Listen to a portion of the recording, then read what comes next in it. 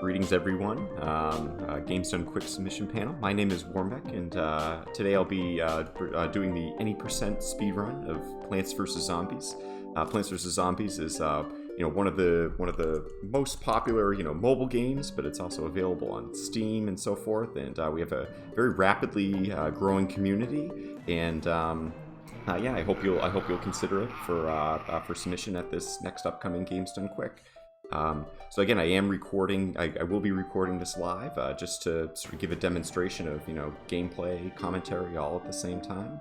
And again, it's been a series, game that I've been running for about 2 years now. The community's really taken off, particularly in the last 6 months or so. So again, the timing begins per our community rules when the first plant gets planted. So 3, 2, 1, off we go. First level that you'll see here is a pretty easy one. Interestingly, we've noticed that the zombies don't begin coming until you plant the second plant, so there's actually a little bit of RNG that's already kind of starting to take place in the run, that being how quickly the sun drops. There's a little bit of a random variable associated with how quickly the sun drops, and therefore how quickly you can get out your next plants. After that initial RNG, the sun drops are fixed. And also a little bit of RNG associated with how quickly the zombies appear on screen as well too, or what we call basically their X-coordinate position. And all these things can sort of add up to very, very small, but in aggregate pretty substantial time saves or time losses, even on a level like this that really has no strategy or no decision making. All right, so again, I'd say overall a pretty average first level, and nothing too wild to say there. In the second level, we sort of get into the crux of what Plants vs. Zombies is all about. In looking at the game from a casual perspective, you might kind of think that it's more or less an auto-scroller, right? The zombies kind of come at a fixed pace, you try to kill the zombies, and as long as you don't die, it's all about the same. But what we found out, again, particularly in the last year or two, is that there's a lot of really cool mechanics that go on behind the game. Basically, the idea is that the faster that you kill a particular wave of zombies, then the faster that the subsequent wave will appear. So, for example, if I were to kill this zombie instantly, then the next zombie would appear basically within 6 seconds of when the first zombie had appeared. The exact formula is a little bit more complicated than that, but keeping it simple for now, that's exactly what we do. But already you'll see that the setup looks, again, a little bit different from what you would expect in a casual playthrough, and that's that what we realized with this particular level is, much like in a real-time strategy game, there's a lot of benefit to being able to basically get your economy going, your sun. The sun is basically the resource that you use to build more plants, and the faster that you're able to get that sun production up, faster it helps later on. So for example, right now I'm able to have more plants on the screen than I would have if I had tried to kill this first zombie here a little bit more quickly, and so on. And the last thing is the game does give you a backstop of these lawnmowers, and the lawnmowers again will kill all zombies in a particular row and prevent future zombies from appearing in that row later on. So as a result of when we procced lawnmower, we actually know that we're not going to have any zombies appear in this middle row for the last wave. And that's another reason why letting that first zombie go like we did in favor of planting some more sun was really the right decision to make. And then, again, it'll just be a matter of addressing these zombies in the final wave, and the level will be over. And maybe a little bit above average RNG. And there's all sorts of very, very small RNG factors that can affect the game. So for example, the zombies do not move at a consistent walking speed, and in fact the difference between the fastest moving zombie and the very slowest moving zombie is actually about a factor of 2. So we realized, again, if they have a base walking speed of, call it 1, the slowest zombie would move at 0.71, or about 71% of that move speed, and the fastest zombie would move at 1.29, or about 129% of that move speed. So again, a pretty substantial difference between the very fastest zombies, the very slowest zombies. So I can actually tell already that this zombie is moving a little bit more quickly than I would like. So what I'm doing here is I'm actually going to sacrifice these 2 sunflowers early on in order to hopefully help myself a little bit later on in the level, be able to move more quickly through some of the later waves. Again, you'll see also when the zombies eat a particular plant, their movement speed changes. In other words, the variable assigned to their speed, becomes different. Again, I get a little bit of bad RNG here. I'm not thrilled. There was a higher probability that this zombie would appear in the bottom row, but again, unfortunately, that did not happen. But again, I can still use these lawnmowers to good effect.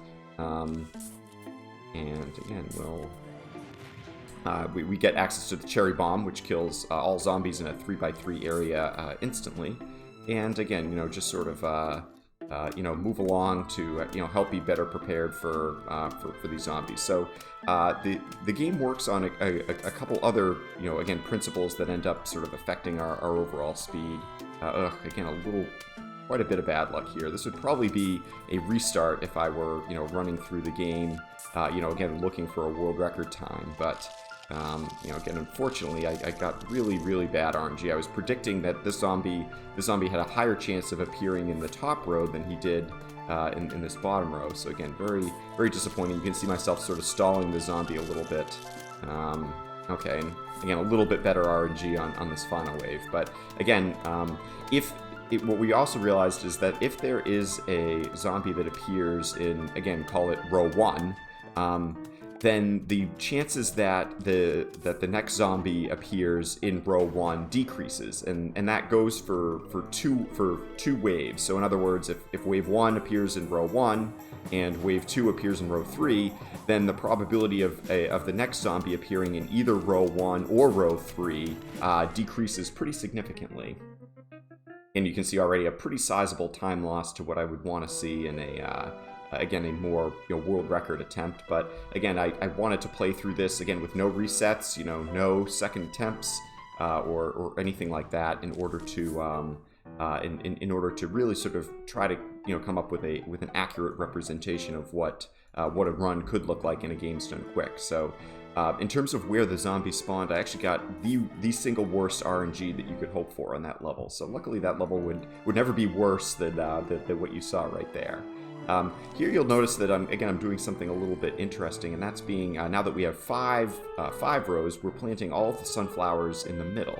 And I'll talk a little bit more later on. You'll be able to see, hopefully, why we decide to play the level like this. But basically what we're hoping for is to use 2 lawnmowers, in this case here and here, in order to, right before the final wave, so that when we do get the final wave, oh wow, this is, right, so again, here, obviously I want to protect these 3 sunflowers, so, just now that I have a little bit more sun behind me, I'll have the ability to do that.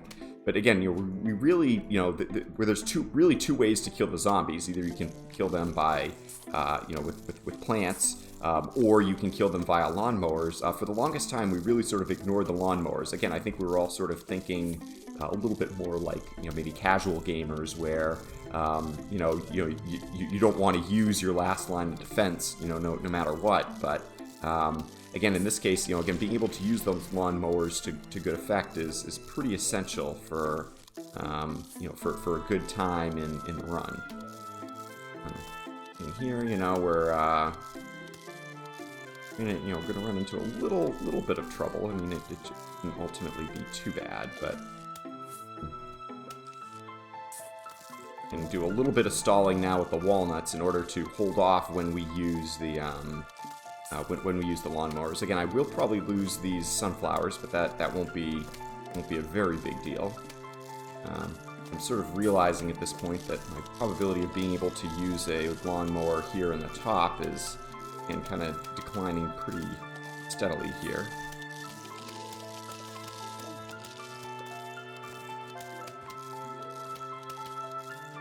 And we can we can adjust to that. Use another cherry here, figuring hopefully by the time the final wave rolls around, I'll have a I'll have another pretty bad RNG on this level too. It's a bit disappointing, but you know, again, this is our first take. Something again that would probably be a reset on you know, on a more official type of run, but you know, we're going through it. And again, our cherry bomb is going to be very close to being able to respawn by the time the final wave rolls around here. We should be good. I'm going to hold on to the rest of my sun. And basically, you'll see, because we use this lawnmower, we should be able to get a very valuable cherry bomb right in these bottom 3 rows right here. Ideally, we would have used the top row lawnmower as well, and been able to instantly kill the final wave as soon as all the zombies appeared on screen. But unfortunately, again, the RNG was just a little bit off, and that didn't happen. And now we move on to our first mini game that's part of adventure mode, that being Walnut Bowling. So not tons to say about this level, other than the factor that makes the biggest difference in terms of the time is, you know, 1, the bounces, and 2, the number of exploder nuts. There's I believe it's an 85% chance that you get a regular walnut, and a 15% chance that you get the much more valuable exploder nut that has that basically kills the zombies almost in a 3x3 area. So gonna a little unfortunate that I missed him, but you know, once again, we're also trying to set up a few of these zombies to be able to use our lawnmowers. Again, really the same general logic applies here. So we're going to use our first exploder nut, just sort of help to get a little bit more firepower behind us.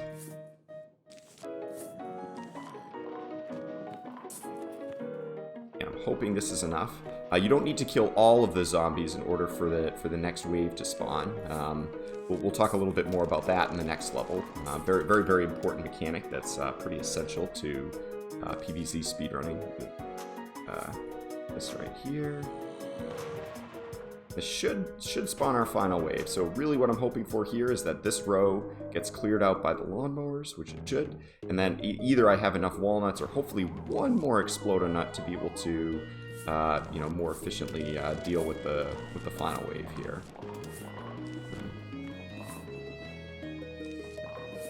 Again, a little bit of bad RNG in the sense of hopefully I get a downward bounce here. I didn't, but one more exploder nut would have been very helpful. But the fact that I didn't get one isn't exactly a run killer. But you know, again, this would be around the time that we're resetting. Again, we really hope for, you know, better RNG than this early on in the level. But yeah, moving on to 1.6 again. You know, we're gradually getting more plants, and so the complexity of the decisions gets even higher. And again, you know, kind of getting back to what the core principle of this speed run is that it really is a very unique type of run in that it is a decision-making speed run. And what I mean by that is that we estimate that there's somewhere between, it's hard to get an exact number, but between 1 and 5,000 different decisions that are made in this run. Decision being defined as, you know, what plant do I plant where and when. I know that's sort of a tough definition to run by, but that's kind of the best that we can get. So for example, in testing, we've realized that it is almost always better to let the first zombie through on a level, and then and be able to basically boost up your economy, your sun-producing plants earlier on. So again, you're sacrificing a little bit of time early in order to save time later on in the run. Again, you'll see here we actually use the potato mines, which have an arming time of about 15 seconds. We use them what we call proactively, or we put them in the 9th row. And again, you can sort of see from a situation like this that it actually saves a lot of time, because by killing this zombie, I instantly know that the next wave is going to appear in short order. So again, a very valuable sort of thing. And the next important mechanic that sort of goes along with the decision-making principle is what we call the 50% rule. That being that if you do 50% of the total hit points of a particular wave, then you know that the next wave is going to appear. The actual number is between 35 and 50%, getting extremely technical, but again, nothing, you know, again, just sort of more of a technicality there, but in other words, the moment that I do 50% of these zombies' hit points, it's guaranteed that the next wave will appear. And then at that point, those zombies' hit points don't matter at all. Again, a little bit of bad RNG here. Would have been very nice if this stronger Conehead right here had died to the potato mine, but again, that's not always what's going to happen. So again, we're sort of left in a scenario here where we just kind of clear out this wave, and I'm actually going to dig this up early just to make sure that no zombies appear. No zombies appear here in this wave.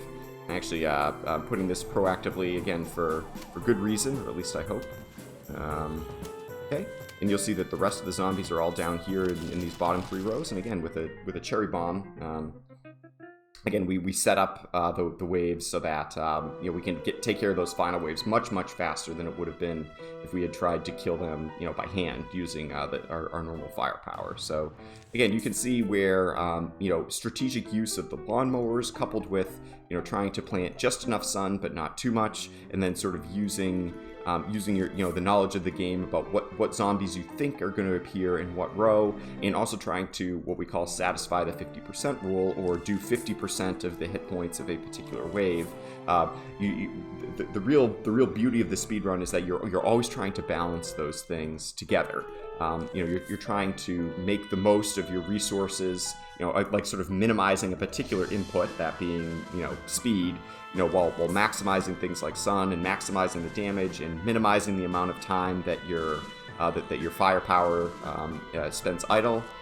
Again, sort of all those things factored together is really what makes this game kind of a beauty to run.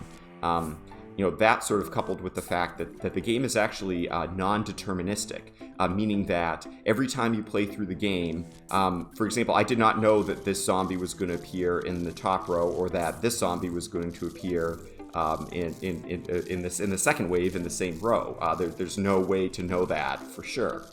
So in some ways, it's almost like you really are playing a puzzle, or you're playing a game of chess or something like that with the game, in the sense of there's no way to create like a perfect route or a perfect tutorial or anything like that, because I'm actually going to let this through because I think this potato mine is going to get eaten, unfortunately.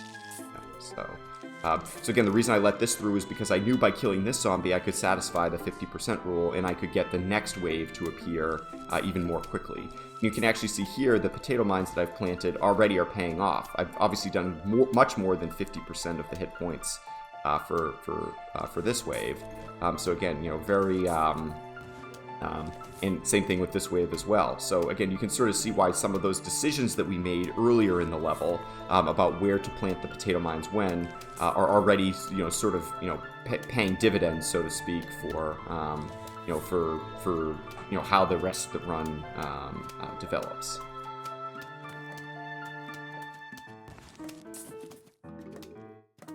We actually have an interesting scenario here. The one exception to our 50% rule is the wave that's right before the huge wave. And so I'm actually going to use the cherry bomb here because I know that I need to do 100% of those zombies' hit points in order for this next particular wave to appear. The way the waves appear there are always 9 waves and then a huge wave that appear. So there's a total of 20 waves in these levels that have 2 flags that you can see in the bottom right-hand corner. Let's see, I'm going to plant...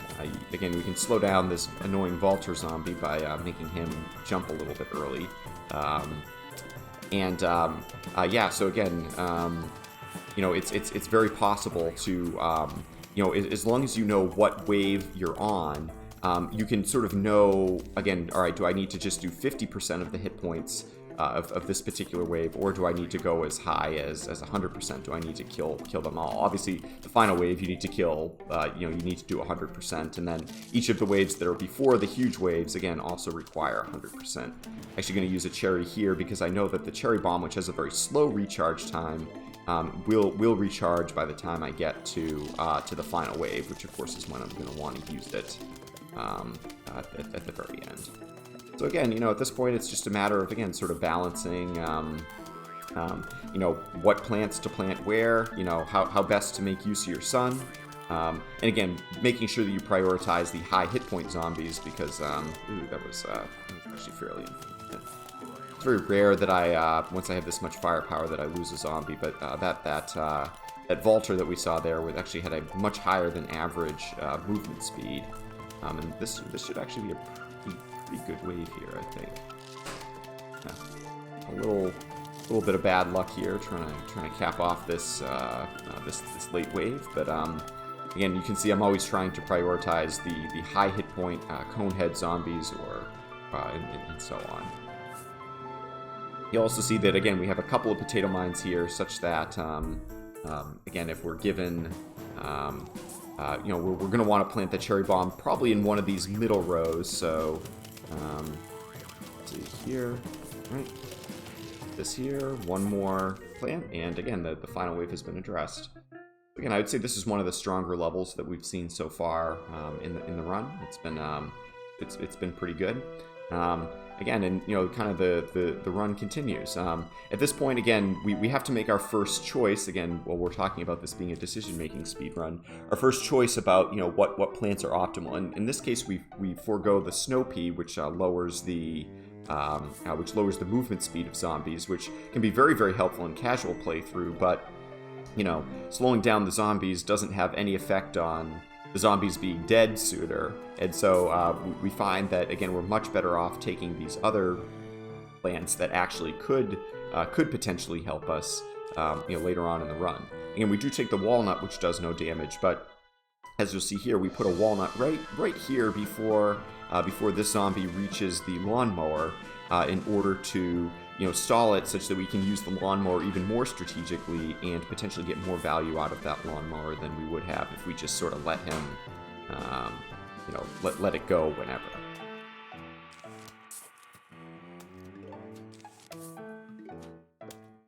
And always trying to, you know, early on in the run, you know, very, very important to get your firepower out, get those sunflowers out as quickly as you can. You see I'm left perfectly with 50 sun here to be able to stall this guy just a little bit, and I'm actually gonna let him go. It's not ideal, but again, I've now done 50% of the hit points of this wave, and this guy will hopefully trigger another lawnmower.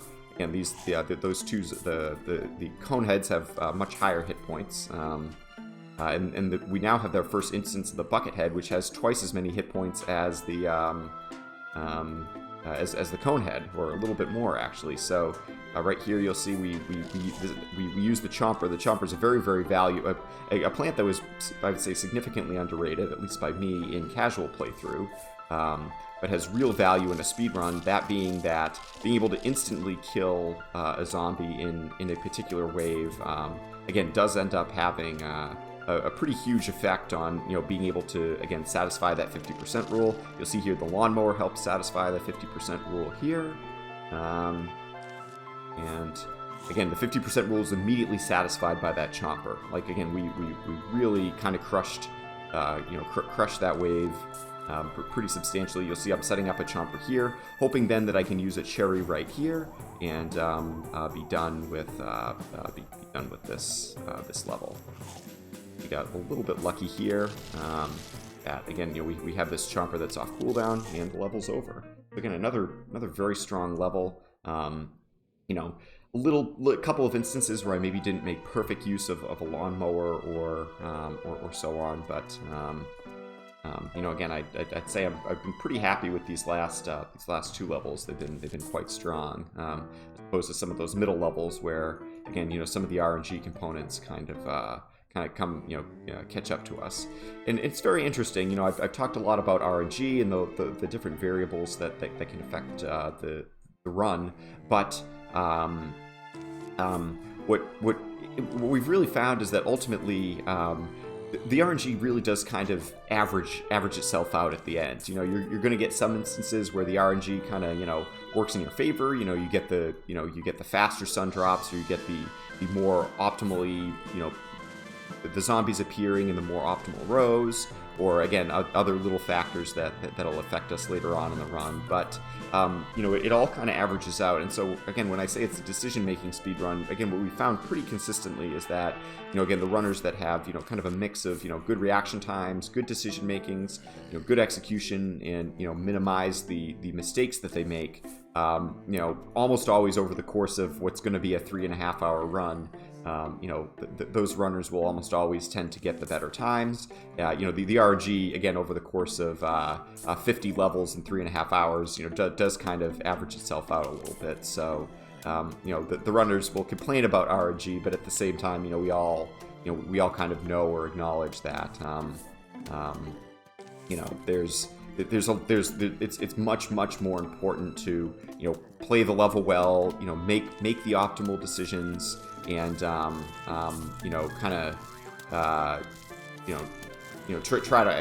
to optimize your execution in terms of planting the right plants in the right places at the right times and things like that, as opposed to just sort of hoping for good RNG. Let's see. So we'll do this here, and you'll see here I'm going to make really take advantage of some more lawnmowers. Oh goodness, so we're already kind of shaping up to be a little bit more interesting. We got a slightly more rare layout of having 3. And again, here I know that this is actually the wave that's right before the huge wave, so as a result, I'm actually going to use the chomper because, again, I can't rely on just doing 50% at this point. I knew I had to rely on completely wiping out that wave.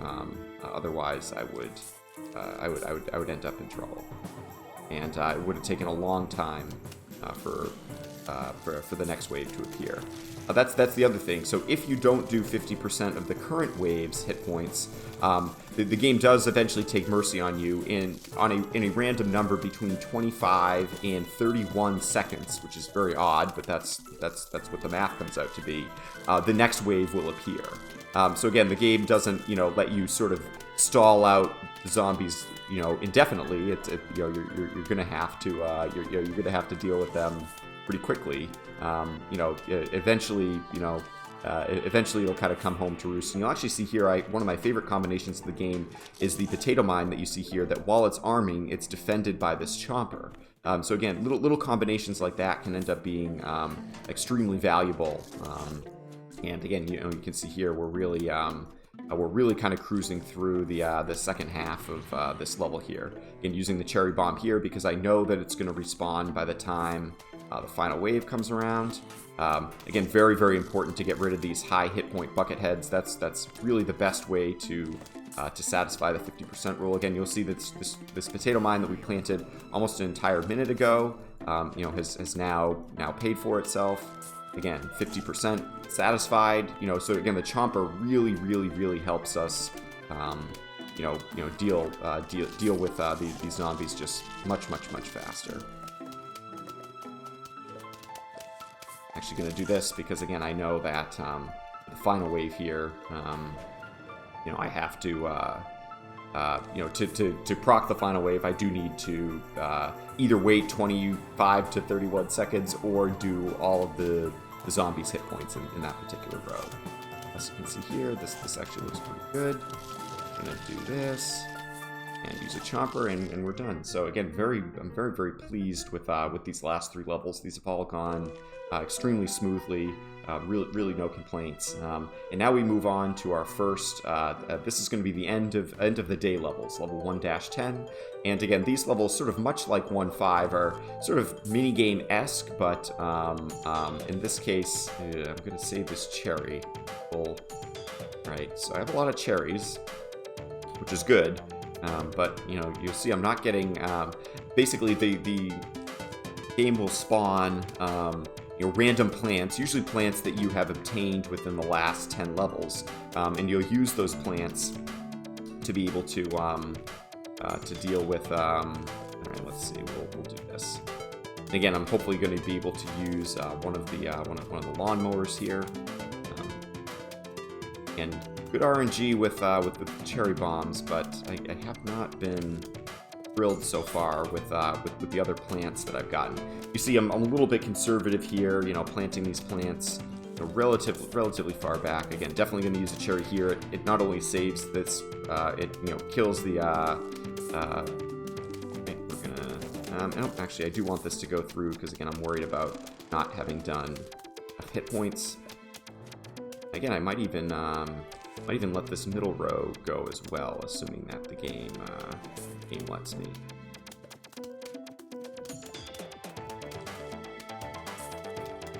And I've now gotten a couple of very valuable repeaters. Ugh. Pretty unlucky here. I'm going to have to use a cherry, because otherwise it would have just taken too long to kill that buckethead. Fortunately, I have to use another cherry here. And very, very important to really do everything that you can to, you know, keep the waves moving. Luckily, again, that potato mine was extremely valuable.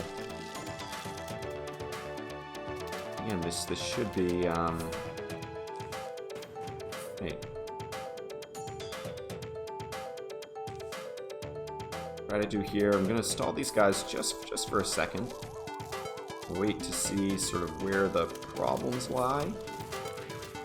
And now I'm going to let this go. And again, hopefully...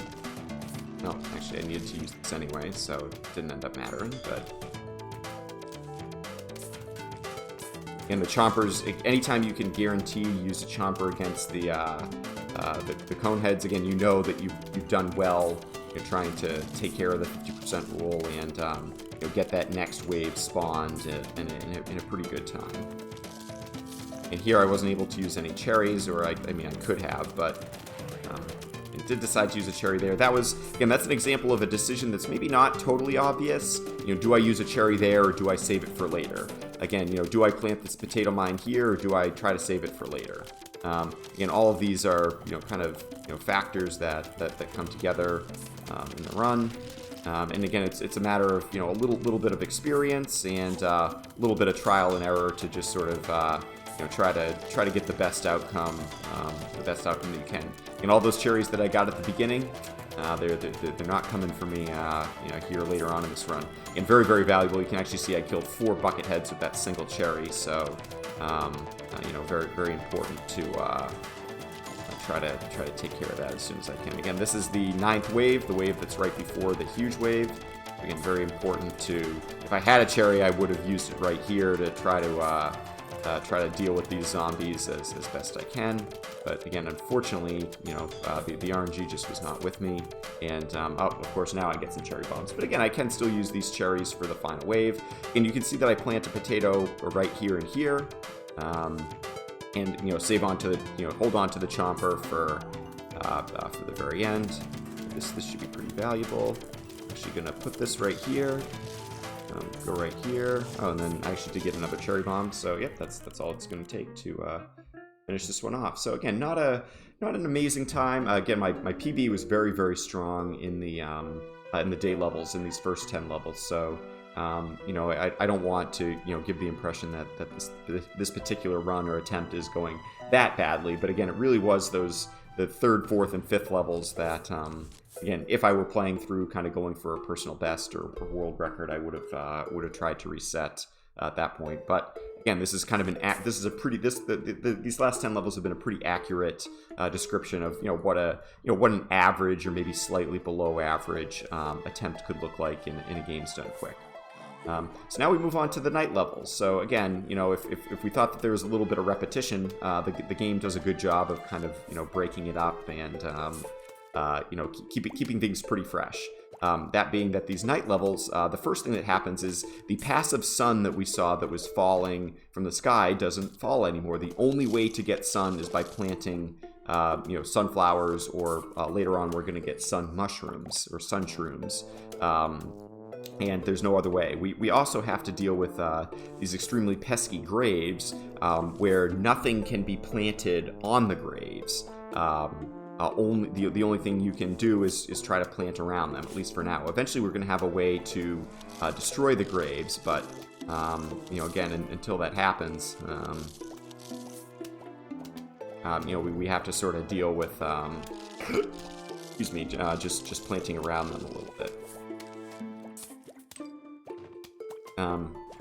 Another interesting mechanic in terms of, again, an RNG factor that kind of contributes to the overall speed or slowness of a particular level is that the zombies sort of spawn in a semi-known, relatively fixed pattern. That being that the first zombie is always going to be just a regular old zombie. The second zombie is always going to be a regular zombie, and the third zombie is going to be a regular zombie. Then at that point, for most levels, the fourth level, the fourth wave has a 50-50 chance of either being 2 regular zombies or being a newspaper zombie or a conehead, depending on which level we're talking about. So again, and so being able to adjust to that on the cuff is, again, something that's definitely very important to being able to get a good time.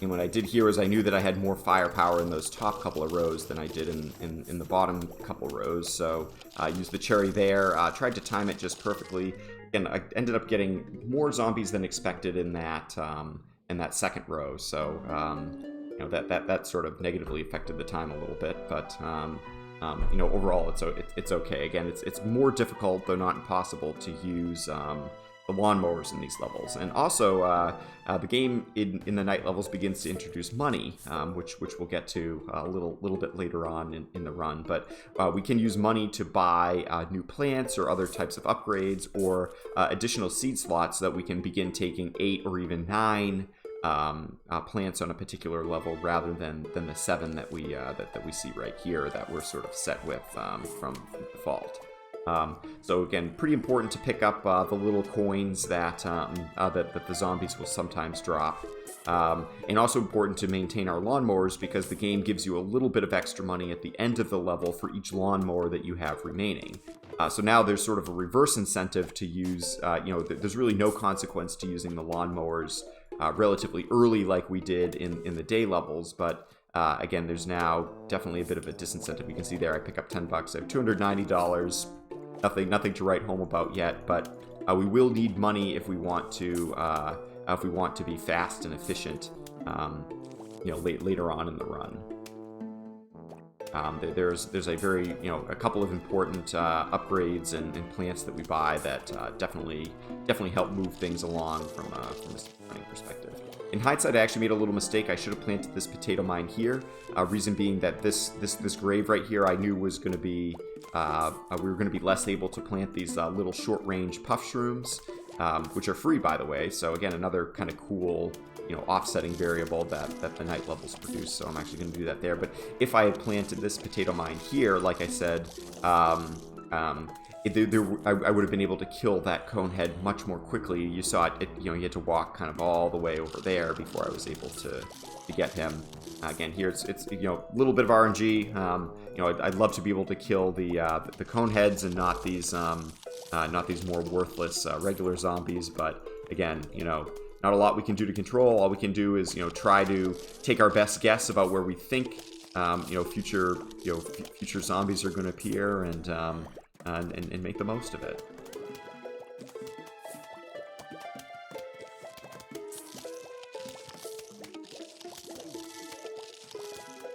And I added a pea shooter there because I knew that we were, again, right up against the huge wave, so I was going to have to do 100% of the hit points for that particular wave. And again, you'll see that usually the rule of the rule of thumb about how much sun we place is really, the longer the level is, the more sun that we can plant, because again, quite a bit of bad RNG here. I'm actually going to use a cherry bomb here to deal with that, because there's no way I was going to be able to quickly and efficiently deal with that bucket head. But luckily, again, I got a pretty good instance of the 50% rule. And I did just enough damage to get the next wave to spawn before needing to, before it was going to cost me so much time, trying to hit that bucket head that that I'd fall pretty far behind. So,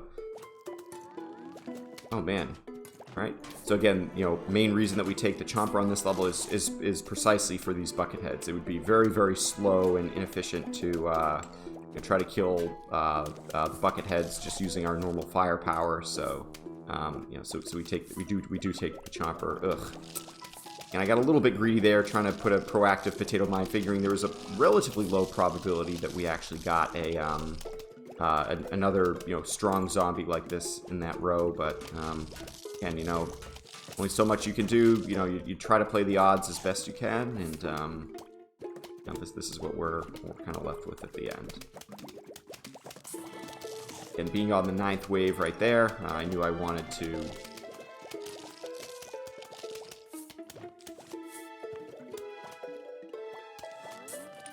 jump right there as well. A little bit slow there. I didn't get quite as many repeaters out as I normally like to. It's, you know, pretty unfortunate, but pay attention to this bottom row here. Okay, I actually got relatively lucky. All right. And again, in terms of some decision making, I can see that this middle area here is probably going to be the biggest problem. We're going to save Fairy for right here. Again, it would have been really nice if I could have gotten one more repeater out in this row. I think I probably could have saved somewhere between 5 and 10 seconds. And if I hadn't made that small mistake earlier on with, you know, making a better guess about the potato mine in the front row and killing the conehead a little bit quicker. Again, those are two things, for example, that you know, examples of decisions that I made that were not perfect. You know, again, it's hard to sort of, you know, hindsight's always 20/20, and you can always look back on a level and say, oh, this is how, you know, that this would have been the optimal strategy. This is how we would have played this level. But again, all the levels are non-deterministic. You know, we're left with you know, at a point where we can, you know, again, only try to make the best decision that we can based on where we think the next few waves are, you know, think the next zombies are going to appear in the next few waves.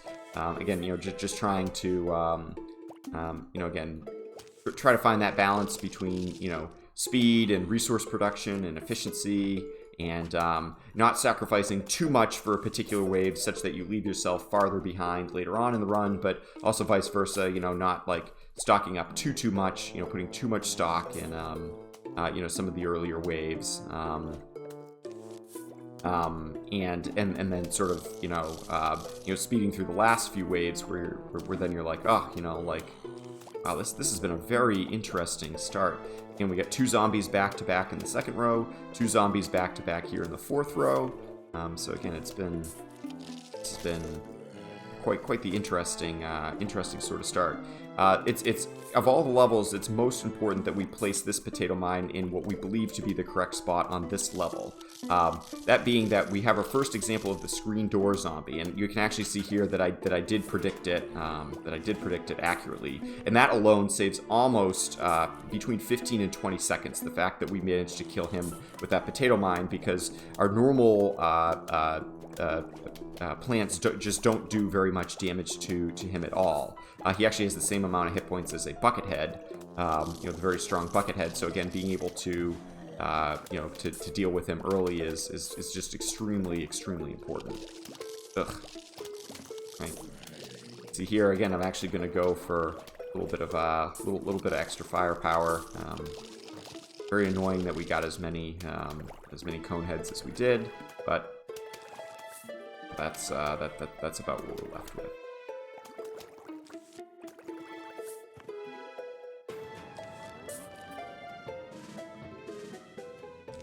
And the way I'm hoping this works out is I can plant a cherry bomb right here. And yep, oh yes.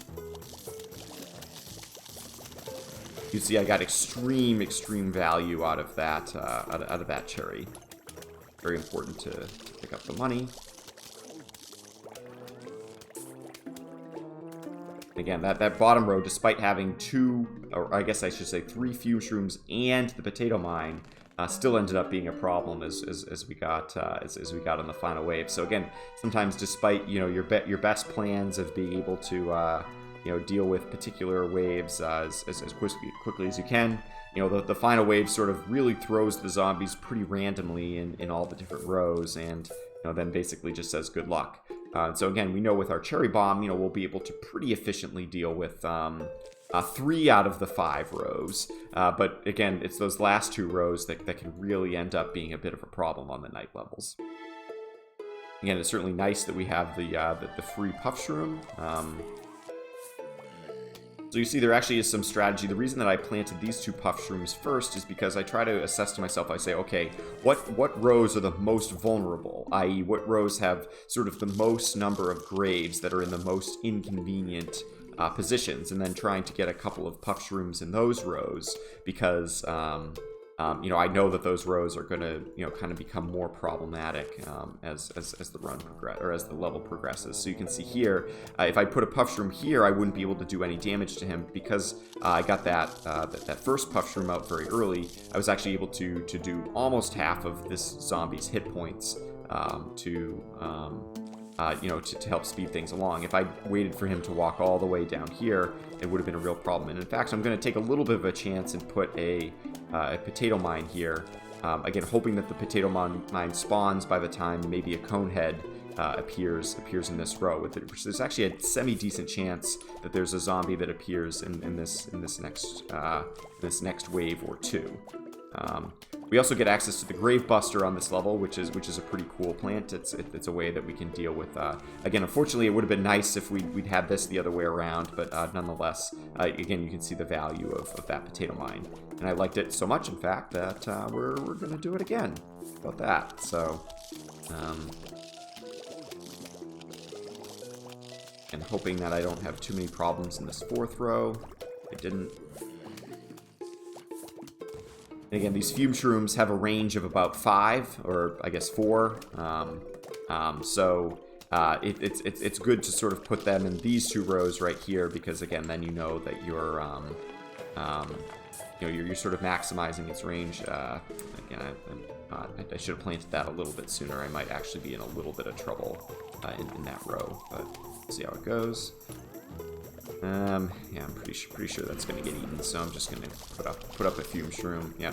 If I'd been a little bit quicker, that potato mine would have armed in time. It takes 15 seconds for the potato mines to arm. And this 4th row is being a little bit pesky, so we're going to try to...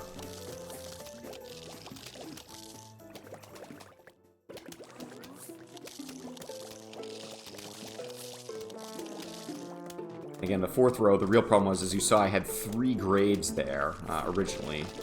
Ugh.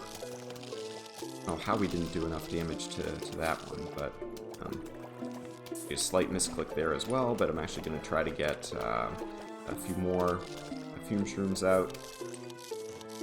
Alright. Yeah, I meant to plant this one row farther back, so actually not doing a good job managing this 4th row at all, but, again, all will be forgiven in the end, we hope. Again, the screen door zombies are very weak to the fume shroom. So again, that's why we try to get the fume shrooms out as quickly as we can. You actually see a cool mechanic here that the vaulter will vault over the grave buster. So again, another reason to try to get those grave busters out. Get the timing just right. And at this point, I sort of begin replacing some of the puff shrooms with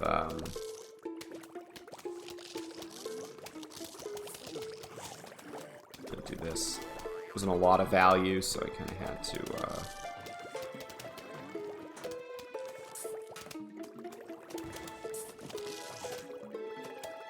All right, and yeah, now we're on to the final wave. So they're not bad, and you can see here I have 2 fumes in every row. That being, that way, no matter what, where I need to place the cherry and so forth, I'll always have a solution to the screen doors. And it's looking like this is actually going to be the value proposition. Oh no, well, actually didn't end up mattering. All right, a pretty strong level overall. The grave placements weren't horrible, and again, now on to another mini game. This mini game again would be a good example of when we could breed for donations during the run. Again, it's basically a whack-a-mole type of mini game. Not much strategy here at all. Some of the zombies will drop coins, so we certainly hope for a lot of coins. Some of the zombies will drop sunflowers, which we can then use to begin busting the graves. But again, not a whole lot of strategy that goes into this one. The one exception is we do use the cherry bomb on the final wave, because using the cherry and being able to kill a 3x3 area of zombies is actually faster than like clicking around and trying to kill them by hand. It maybe saves about 2 seconds or so if you do it optimally. But this level is almost always within 2, maybe 3 seconds at worst of a gold split. This is the one level that it's really nearly impossible to gain or lose a lot of time. You'll see those gold coins that are being dropped are actually worth 50. So again, really, hoping for as many gold coin drops as we can, or the extremely rare but valuable diamond drop. The diamonds are worth $1,000, and the run is not 100% dependent on getting a diamond drop, but if we get a diamond drop before certain levels, then it can really help speed up our time, because we'll be able to get those stronger plants and upgrades a little bit earlier than we otherwise would have. So a diamond drop would be extremely helpful on this level. And again, we've noticed there are more, the money drops that you get seem to increase if you either kill a lot of zombies in a single shot. The game seems to be more willing to give you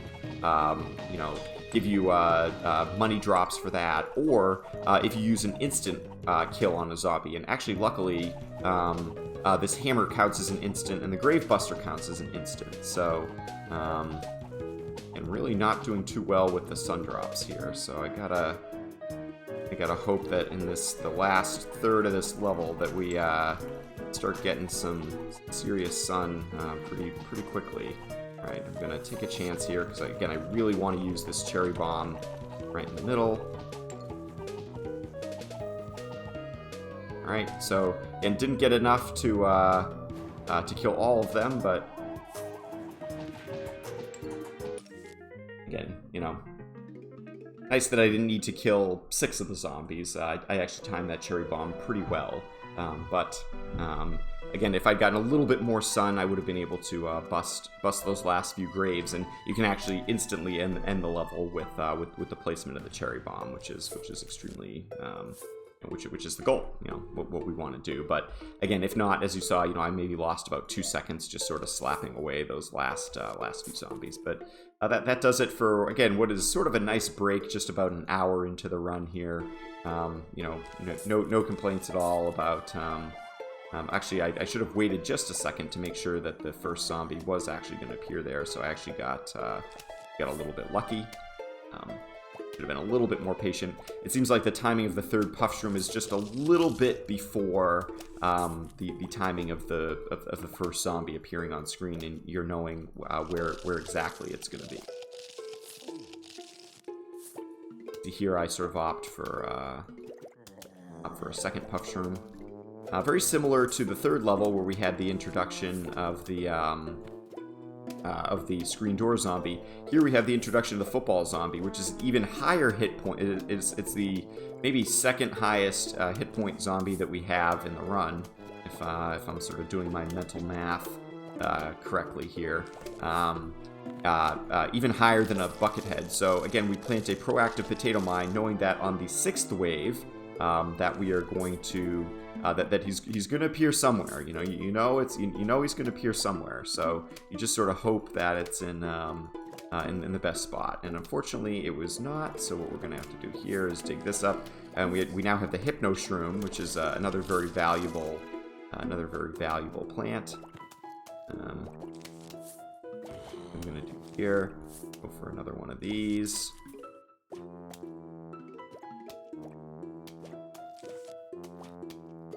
That ended up being a little bit slower than maybe it would have. Ugh. And I got 2 in a row right here. Very, very unfortunate. But, oh wow. You can actually see that I was frames away from losing, from getting that guy eaten. And luckily it didn't happen, so. And what I'm doing here is I'm busting a couple of graves, because the other disadvantage of the graves is that, ooh, and I actually got my diamond drop. This is huge. So that is a very, very, very helpful situation for this run. And what I'm gonna try to do here, I think, plant the cherry right there, and then ooh, I actually missed. I believe I missed that.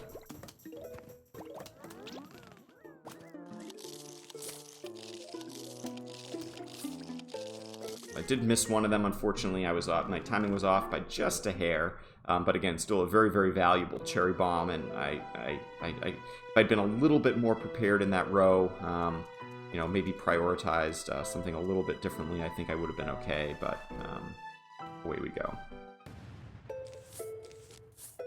Yeah, so one skill that you definitely can learn, you can see there, you know, being able to sort of visualize in advance, like what plants you want to take on what level is very, very important.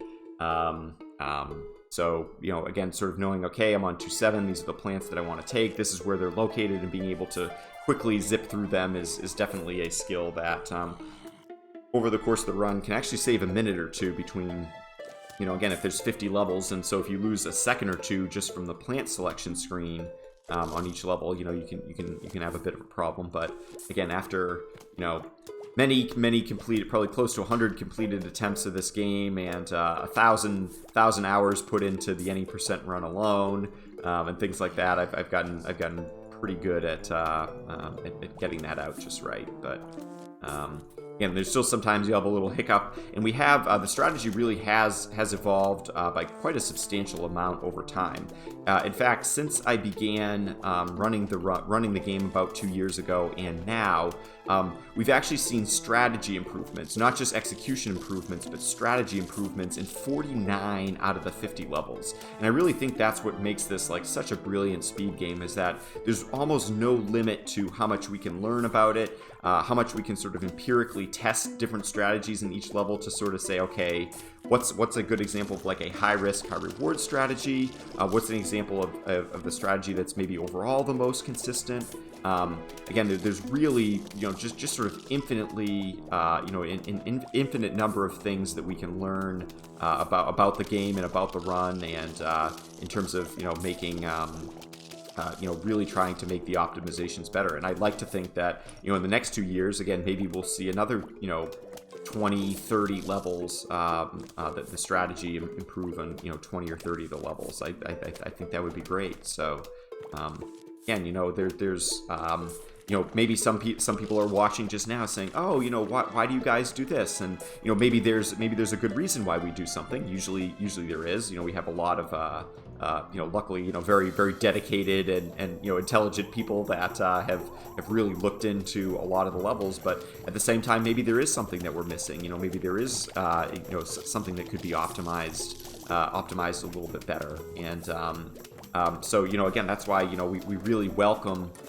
You know, we really welcome, you know, additional input and feedback and things like that, because again, there's really, you know, I feel like, you know, we know a lot about the game, but there's still so much more that that could be uncovered, or mechanics that we maybe don't perfectly understand, because obviously with this game not really having at least the PC version, you know, not having an emulator version, or us only having limited access into the game source code, which luckily we did get a little bit of insight into the game source code due to one of our runners, one of our community members, finding an online Flash version of the game for free, and sort of helping to take apart the Flash source code a little bit, and sort of confirming some of the things that we already kind of knew about the game, but maybe we didn't perfectly understand. And so we've had a couple of really major breakthroughs over the last year or so that have given us more insight. But there's still,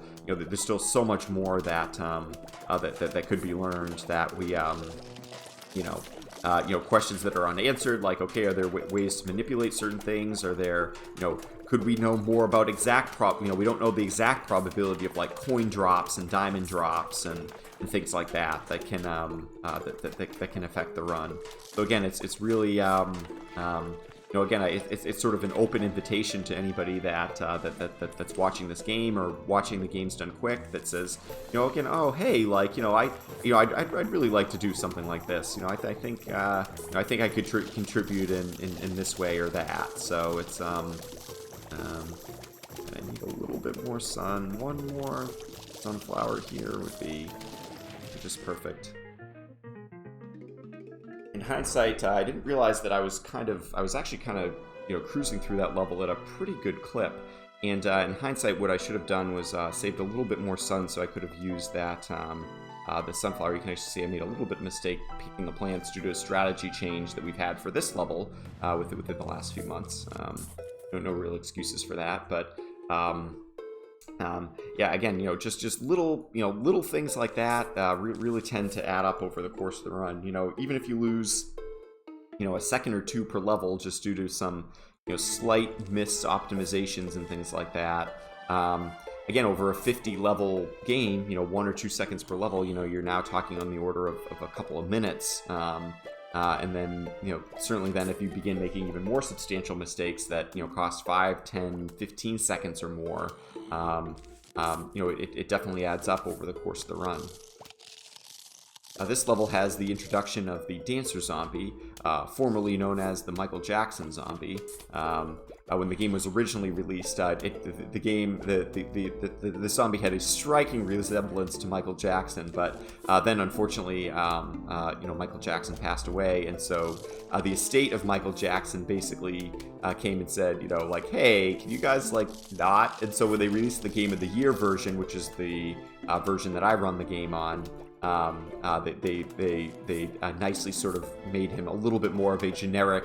They called him a disco zombie, so he sort of has a little bit more of a disco spin on his attempts. And actually, you can see right there again another proactive potato mine. That alone saved me 15 seconds. That saves an extraordinary amount of time. So again, this level is actually going very, very well. Really, you know what? I'm actually gonna do this. I could have used that puff shroom somewhere else, but again, I'm really kind of this level's going really, really well.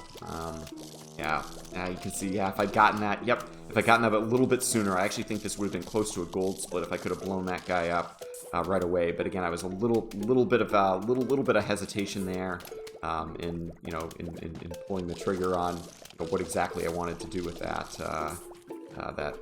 zombie or that potato mine. So yep, so there we are. So unfortunately, this was a very good level that I think is going to be limited just by that one very, very, very small mistake. And what you'll see here is the Dancer Zombie actually does spawn these backup dancers that you know, again, themselves can right.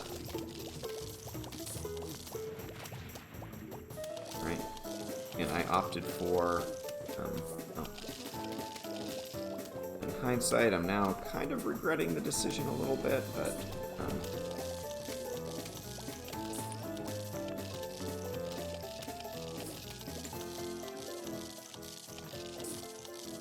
what I'm doing here is I'm trying to prevent the Dancer Zombie from spawning even more backup dancers. This last wave was an utter disaster. I got about the least... Oh no! Oh no, I actually can't pick up that diamond. Oh, that's very sad. That's the worst. You know, I've sort of... believe it or not, in the, you know, again, hundreds of attempts that I've done of this game, that's never happened where I've dug a grave and then not been able to pick up a diamond drop at the very end. So that's actually funny that this happened in a Games Done Quick submission, but you know, such is life. Luckily, I already did get the diamond drop, so you know, so there we go. But that was pretty funny. Again, you really only need one diamond drop in order to... again, so I deliberately held off a little bit here, figuring that if this zombie came in the 4th row, I wouldn't be able to do damage to him to this point anyway. These puff shrooms only have a range of 3. So I took a little bit of a chance at trying to get a little bit more firepower out earlier in some of the other rows, figuring that, again, if he came in this... It was a very annoying 4th row that we have right here. I'd still be okay. I really wouldn't lose time.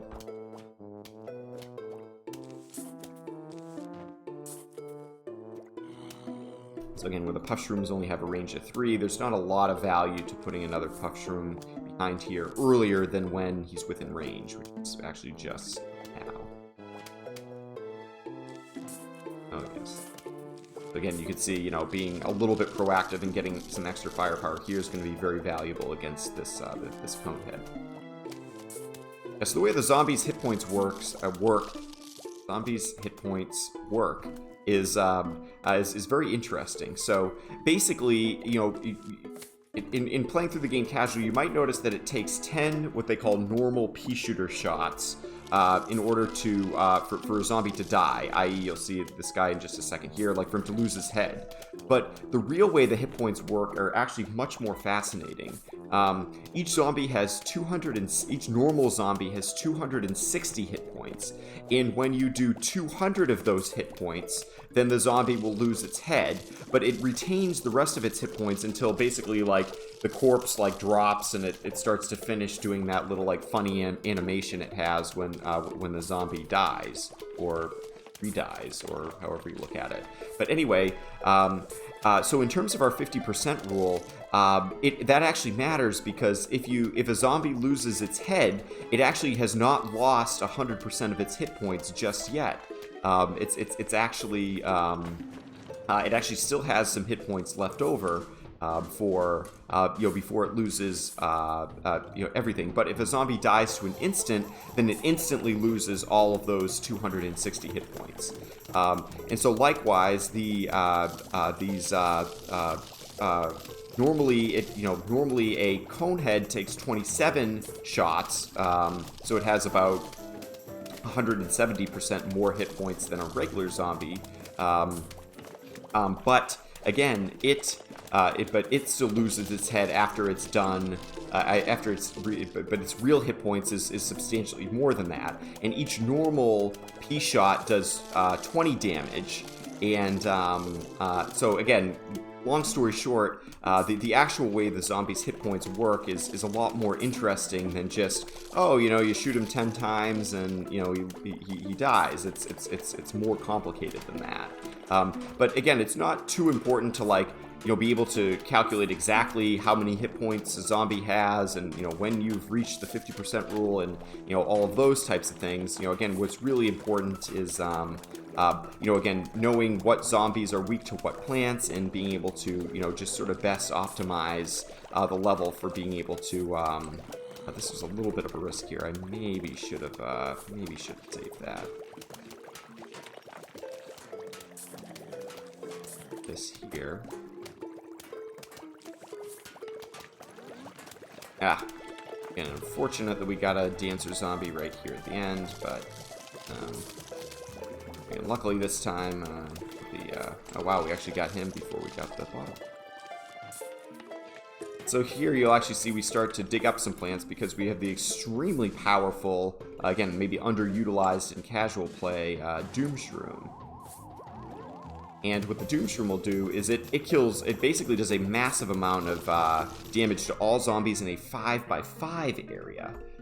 It's less expensive than the Cherry Bomb, but then it permanently causes, or not permanently, but for 3 minutes it causes a crater that you then can't plant any plants on at all. But you can see, again, if we use those Doom Shrooms like we did in the final waves, again, it can be very, very valuable. So I actually used a Doom here because I knew it would take a long time to be able to kill that zombie.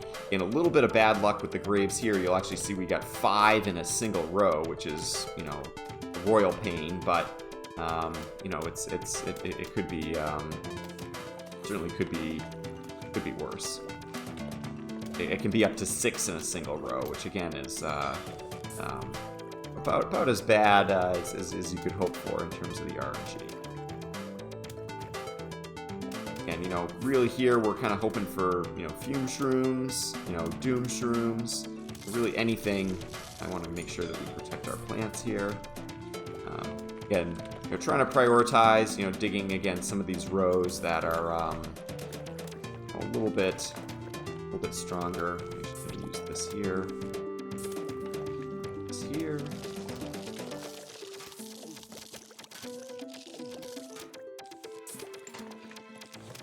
Didn't want to do that, but I kind of had to.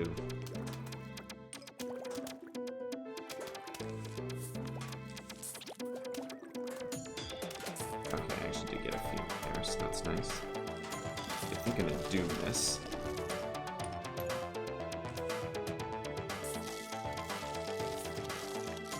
Again, my rationale here for digging up the plants that I do, I think I want to doom this. A little bit of a chance there. It's gonna end up costing me a little bit. I'm gonna try to hold these guys in place. A little bit more grave busting, and really hope that I get a Hypno or a Doom pretty quickly here, because this is not good, because this was right before the huge wave. So I now sort of regret using the Doom as early as I did, but again, I sort of had to play it, you know, all right, do I want to spend a little bit of extra time on that wave, or do I want to try to, you know, prioritize this later wave? I've gotten a lot of Dooms here. Very, very, damn. That. Anyway, I'm going to try to get to 50% of these zombies' hit points, and then save this Doom for the next wave. Get rid of that. Again, those footballs can be very, very scary.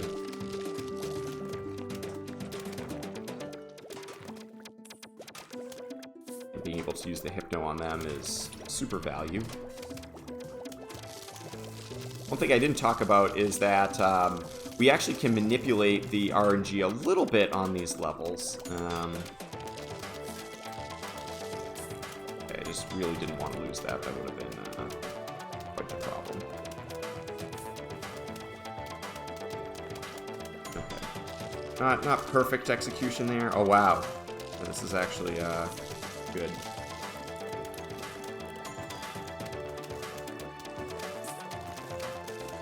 And what I'm hoping for here is I can use a Hypno right there on that guy and get to 50% more quickly.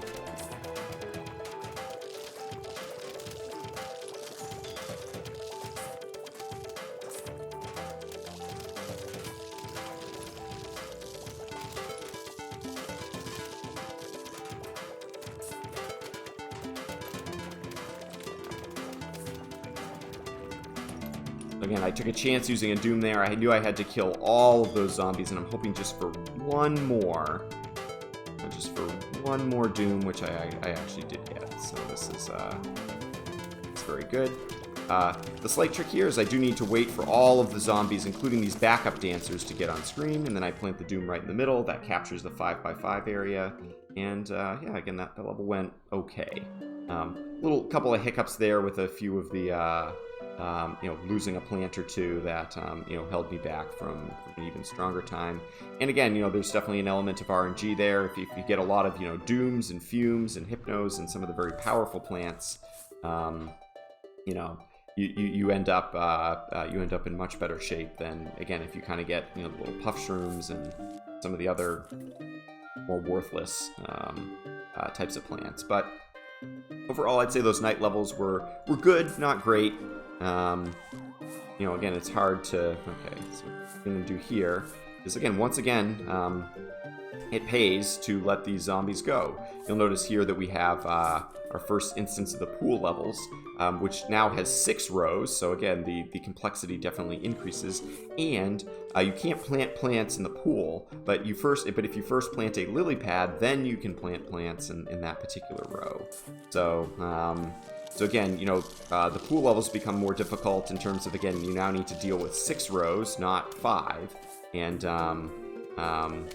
need to deal with the pool, which is, you know, kind of adds to the, you know, complexity and the amount of resources that you need to spend on you know, kind of addressing all your problems.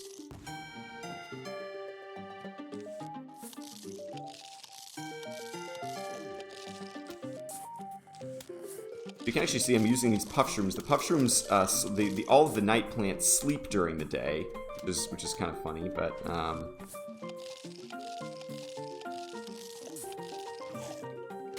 take a chance there. This back here. Ah, dang.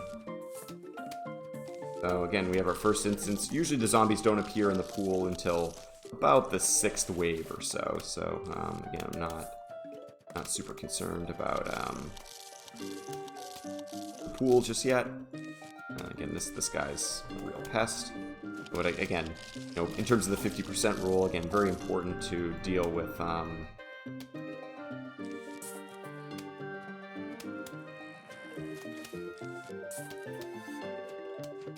the high hit point zombies first.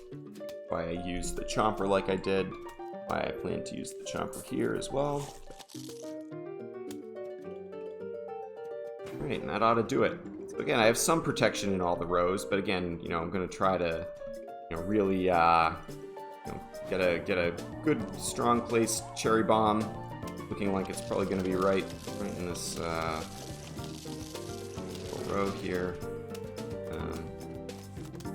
This.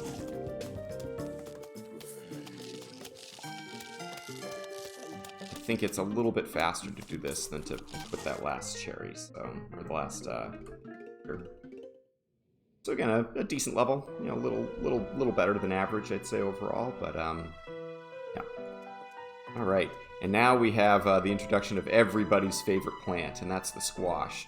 What makes the squash particularly special is that it's very inexpensive. It has a reasonable recharge time, only 30 seconds, as opposed to things like the cherry bomb that have a 50-second recharge time.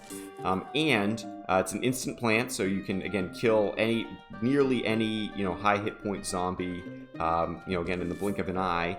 And it kills multiple zombies on the same square. So again, if we can align the zombies very well and then use a squash, you could kill 2 bucket heads at once, or a couple cone heads, or 10 regular zombies. There's really no limit. It does damage to each of the zombies that that fall into the particular square that it's squashing. So again, you can actually see we go a little bit proactive here. Again, I'm a little bit bummed that this guy's moving quite as quickly as he is. That's a bit of a disappointment, but oh wow, and we actually, in some ways, it'll actually end up working out because.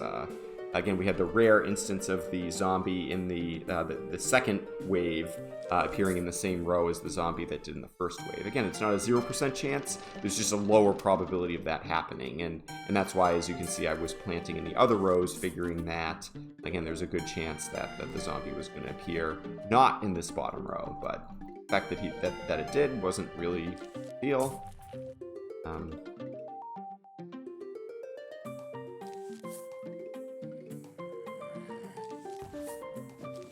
Might end up being a mistake. I'm a little worried there's going to be someone that... Oh no, we actually did get a zombie back here. This is very good. Yay, we can play the mini games. Unfortunately, not a lot of value to that in any percent run, but it makes the same noise as a diamond. So sometimes, like, I feel like I've been conditioned that when I hear that sound, I'm like, ooh, diamond. I'm like a dog with a clicker or something like that, and I know that I'm going to get a treat. But alas, it's just we get a little bit. I don't want to jump ahead of ourselves too much here. And unfortunately, we got the bad spawn of 3 regular zombies rather than Conehead. Sometimes we hope for the Coneheads. And again, we got these last 2 zombies appearing in rows where we had no firepower. So really, really, really bad RNG on the first half of this level. Between again the zombies spawning in the same rows and just less than ideal row placement of all of our zombies. So a little bit bummed about that, but again, we move on, and I didn't end up losing that much time. I actually had pretty good, the RNG was pretty good in other regards. Ooh, you can see putting a cherry bomb there with that to protect that potato mine, or save that potato mine, I guess I should say, for a rainy day, as well as being able to get that bucket head. That was a very, very valuable cherry bomb, and we should be able to get the cherry back by the time later on, but by the time we reach the final wave. And the second half always does seem to go a little bit faster than the first half. You have more firepower out. The zombies that you get are a little bit stronger, but So again, trying to use the squash to prioritize, some of those higher hit point zombies, be able to really move along quickly with our 50% rule, and getting a couple of potato mines in those rows is extremely valuable. Being able to instantly kill these bucket heads is pretty essential. I'm gonna decide whether I want to save this. I actually think I do.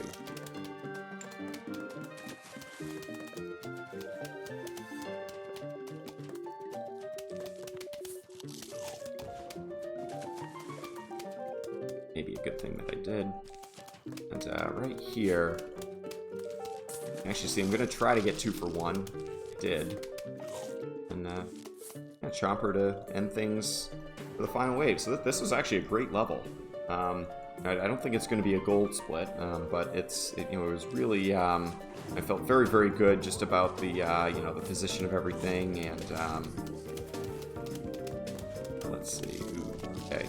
So again, I can kind of see that this is going to be a little bit of a problem. And if I go like this, I actually maybe should have just waited and just squash, but it doesn't matter. And yeah, we're done. So again, a very, very strong level. The final wave, if I'd been a little bit more, if I'd gotten a little bit better RNG in the first half, and maybe a stronger final wave, I think that could have been a gold split, because that second half, again, minus the final wave, was actually quite excellent. I was very, very happy with some of the spawns that I got and my use of the chompers and things like that. So again, kind of getting back to the strategy, again, every time that I play through these levels, it's a little bit different. So there's no route to memorize really, but rather it's how do you try to memorize how to react to certain situations, or memorize like how can I best play the odds to get an outcome that works out in my favor, but while at the same time preparing that if those odds don't work out, I still have a good plan B that's not going to cost an excessive amount of time. So again, this is really a one of a kind, and again, this happened again. This is extremely, extremely rare. But again, I play this is a perfect example. I play the odds that it was very likely that the second zombie was going to appear in one of these rows, but while still planting my sunflowers as quickly as I could. But I was still prepared that if it came in this row, I would still end up being okay. So again, it's a very it's sort of an art in some ways of being able to manage your resources efficiently, while at the same time killing the zombies as quick as you can. So again, that's what I really love about this speedrun. That again, again, nothing against platformers or things like that. I mean, I think those speedrunners are tremendously talented, and I would never be able to execute the level of like precision and skill that they do. But in some ways, you actually don't need it. If you had to choose between like decision making and like fast clicking, or being able to pick plants and react to everything perfectly, or make the right decision for a particular circumstance, the decision-making element of this speedrun is by far the most important factor for getting a good time. And in fact, again, if there was somebody that were relatively like not in some ways, like if you don't need to be good at video games. You don't need to have fast reaction times. There's no frame perfect tricks. There's no there's no like crazy levels of execution or things like that come into play. But rather, it's just making the right decision over and over and over again. Throughout 3.5 hours of playing the game. So again, that's really what I love about this game. It sort of appeals to those of us that like would be horrible at a Super Mario Bros. Speedrun or something like that, but like sort of enjoy like strategy games and sort of reacting, being able to improvise and be strategic about the decisions that we make. So, for example, oh wow, again, I chose a chomper there, actually in part because I knew that there was a slight probability that I'd get a little bit more money, but also because I knew that it was very important that I dealt with that diver zombie that was resting in the pool. Again, I knew that I didn't have a lot of firepower in the row, but I also knew that that I had that I had the squash coming up, so that if I got a high hit point buckethead in that row, I'd still be able to kill it quickly without losing a lot of time on any particular wave. And same thing there. I knew I had 2 repeaters in each of these rows, so.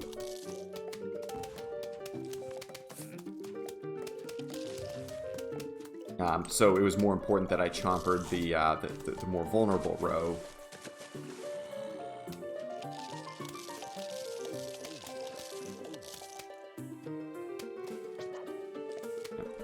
A little bit of bad RNG here with getting 2 divers right at the very end of the level, but again, we react to it, we deal with it. Pretty good time on this level overall. I'd say we try to shoot for about the low 5-minute marks.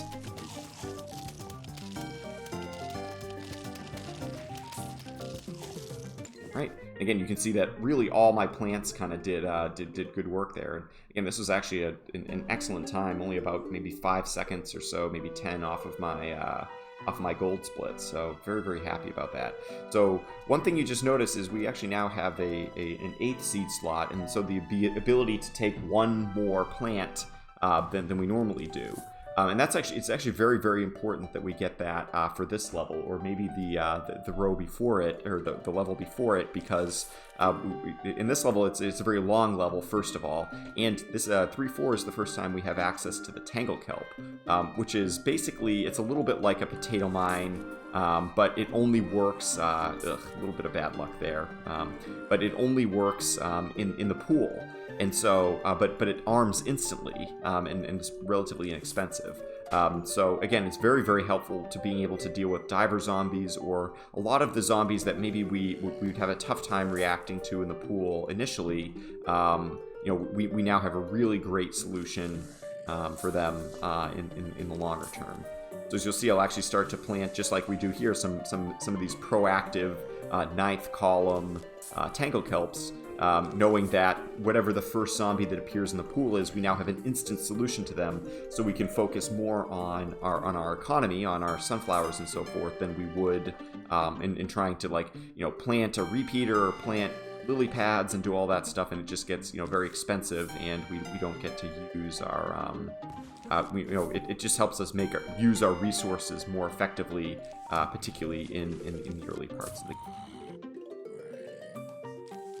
I was going to say there's a decent chance that I get somebody here, and the reason that we sort of set up the early parts of this level the way that we do is actually with this in mind, that ideally, if we hadn't gotten the same RNG that we had in the earlier couple of levels, we'd be able to make use and get a nice 2-for-1 reaction from that from that lawnmower. Be able to kill 2 for the same lawnmower that we had. So again, the cost is a little bit, it costs us a little bit of money at the end of the level, but it's certainly well worth it. The other thing that we know that we can do safely is plant a potato mine here, because we know that we have it's about, you get 2 waves off from any zombies appearing in that particular row once you've used the lawnmower. So again, right around the time the potato mine arms, this row is the one. Yep, the very next row where it was possible to get somebody to appear in that row again. So again, all these things are things that work together, and again, in this case, was something that led to a pretty excellent first half, if I do say so.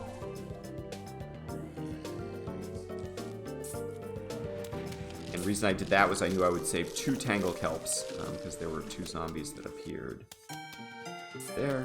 You can use the squash here, and otherwise we'd be waiting a long time. And my Tangle Kelps are still very valuable. I'm going to hold on to this one just for a second to sort of see if there are any. Yep, again, I'm very glad that I did that.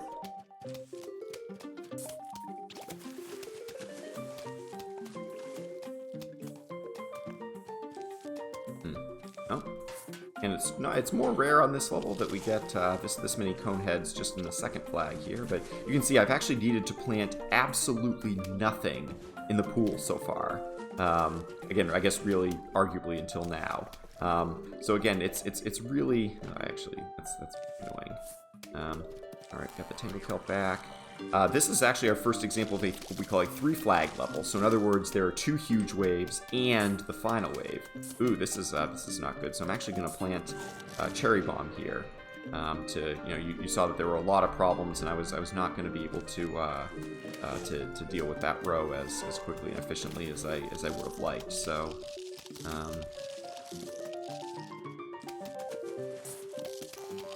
Try to do here. If I'd been really sneaky, I might have been able to get 2 for 1 there, but unfortunately. Don't have our cherry bomb yet, unfortunately, but and we're doing pretty well. So the reason I planted these extra few sunflowers is again because this is a 3-flag level, and so there's a much longer period of time for those cherry bombs to pay off. Sense, the longer the level, the longer our payoff period is going to be.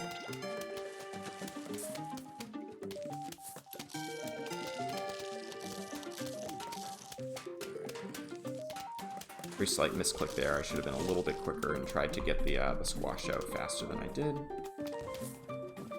And in some ways that's actually good because now I can use the squash for this high hit point bucket head and move right on to the next wave. So again, at this point, it's just sort of about reacting, trying to do the most amount of damage to each wave to get it to move on to the next wave. And again, what that helps to do is really minimize any idle time that any of our plants have. I could have used a chomper to help protect that. In hindsight, I kind of wish I had.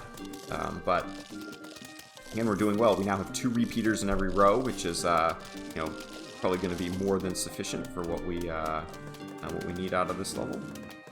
Another chomper here. Get that guy off our lawn, and yeah. Again, these longer levels, there's still a lot going on. There's I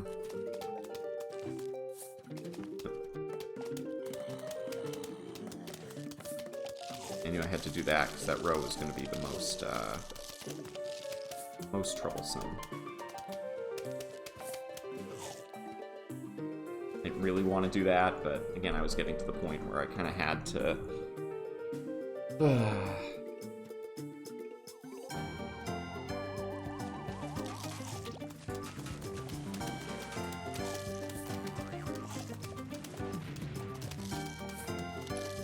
Again, I'm very happy with how I reacted to this final wave. That was super strong. All right, and now we're on to another mini game. So again, we were actually it was very hard to see through all the text, but we actually spent $5,000 on that 8th seed slot in the last level, and if we hadn't had $5,000, we would have had to hold off and try to beat that level with just 7 plants, not 8. So maybe a little aggressive there.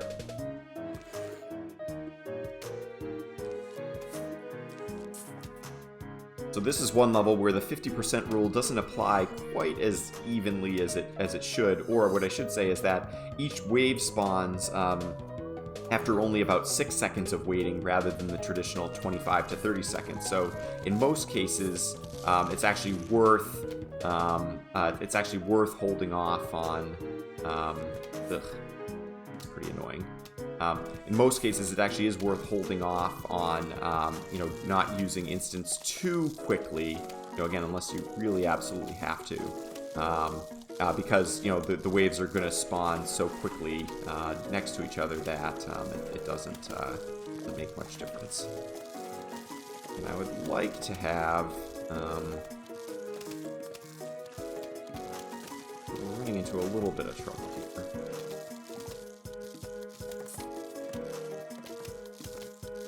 We ran out of cherries. Not good.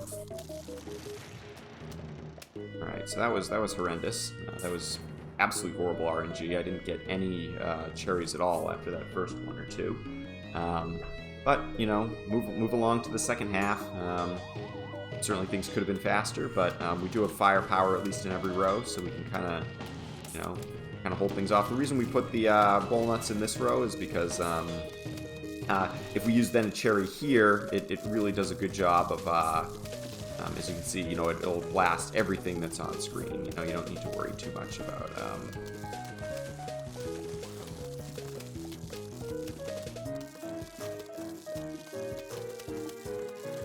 anything getting through or your cherries not being as effective as them. Try to save some cherries for closer to our final wave here. What I wish had happened the first time, but really did not.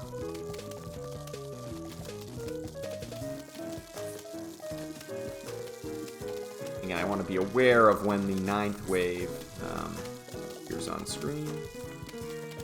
Not now, but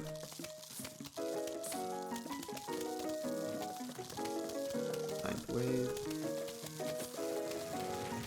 And I really am not doing super well with the cherries, but now that I killed that 9th wave very quickly, we're on to the final wave. You can see again the time loss is because of the trouble at the end of the first half, the first wave. Now again, just one more cherry would really do me well. I have to prepare for the fact that that might not happen. Now, of course, just to mock me, just as I was about to do the last hit there. Again, a 3:30 time is really bad. I don't think I've ever gotten so few cherries in the in my many years of running this. So now what we actually do is we buy the rake, and the rake is really the one reusable item in the game. It's only $200, so really not very expensive at all, assuming that you actually have the cash that you need to. And what the rake does is it knows what row the first zombie is going to appear in, and it will kill that zombie instantly when they step on like the front of the rake right here. So we'll see it just in a second. And you can see why that's very valuable from a speedrunning perspective, because you know, being able to instantly deal with the first zombie for something that doesn't cost any sun at all, you know, just a little bit of money, which isn't a major variable. You know, oh, okay, all right. So again, this one we're actually going to let go again in favor of focusing on our economy a bit more.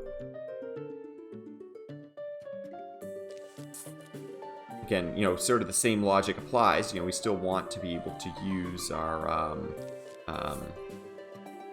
we want to be able to use a lawnmower effectively if we can. Oh. Okay. And very strange RNG to start this one off.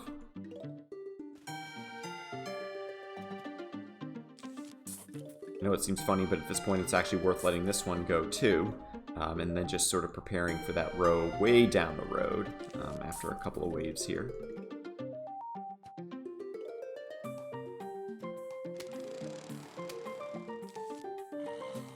I would not say that helped our speed too much, but we now have basically protection for every single row. And again, also a lot of sun sort of sitting in reserve. Okay, that just spawned in time. That's very nice. I was going to want to do that.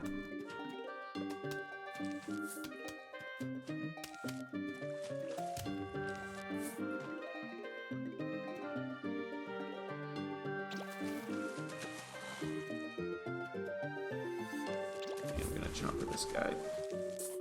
And I knew that this was the 9th wave, so and the faster that I could get out, the faster that I could kill that particular zombie, the faster I'd be able to go on with life.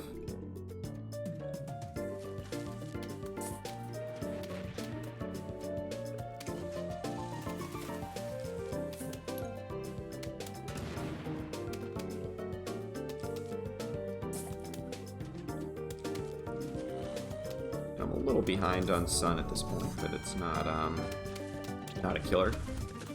First half was actually very fast, you know, much faster than I'd normally expect.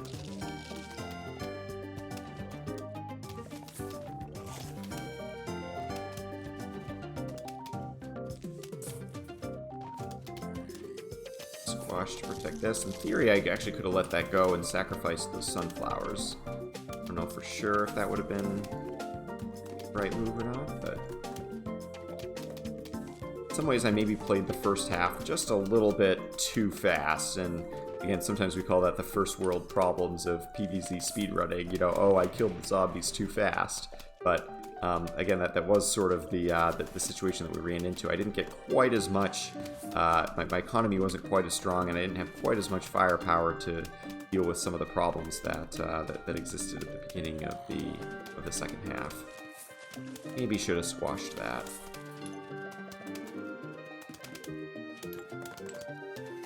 Good there.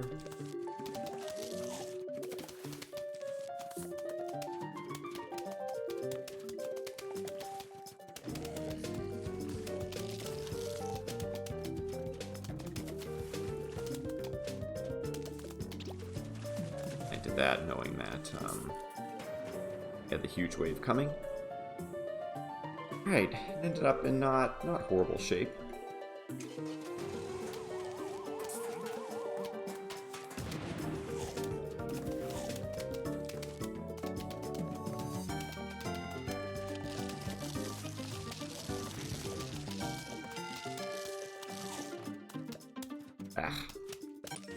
That could have been a little faster, but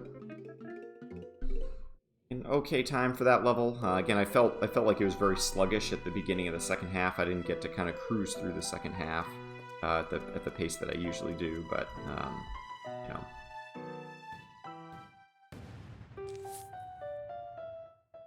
No big deal. Alright, this is another 3 flag level. Again, you know, the levels start to get a little bit longer as we get deeper and deeper into the run, but again, you know, that sort of just leaves for sort of a longer problem strategically of, okay, you know, how many sunflowers exactly, and, you know, again, we've sort of done some testing. What makes it very, very difficult is that it's actually extremely difficult to sort of, I'd say, test this game empirically, in the sense of, you know, like, you could test, and I could, you know, we could draw the conclusion that, okay, like 22 sunflowers was exactly the right amount for this level, and this is how we would have played it. But the problem is, again, because the game's non-deterministic, that could have worked for that time, but maybe next time it's only 21 sunflowers that you need, or you need, you know, if you took this plant, it would have been a little bit different. So a lot of it's just, you know, there's a pretty big element of trial and error, and just sort of seeing, okay, all right, this gave a gold split for this person, and oh, you know, I like this. Oh, this seems more, you know, this is more consistent. Or if I take my average over 10 attempts for this level, when I do this versus this, it seems to work out better. But again, you know, what makes that particularly challenging is that you know, it can be very, very difficult to test, and it's very difficult to come up with you know, particular like save files for any particular level, because just because of the game, the way the game saves, and, you know, just some of the, you know, the funkiness that goes along with that. So yeah, it's not you know, as scientific as we like to be about it, it's not a perfect science just yet. And again, that's why I see that there probably is a pretty fair amount of room for you know, for improvement, if nothing else, to maybe make things a little bit more consistent on average, than to maybe say, okay, this is something that absolutely, under all circumstances, is going to be faster. I don't think that there's necessarily any of those fines left to have in the game, but I do think that there are plenty of situations where you know, we could say, okay, like, yeah, this helps overall on average for, you know, for most attempts that we'll have in the game.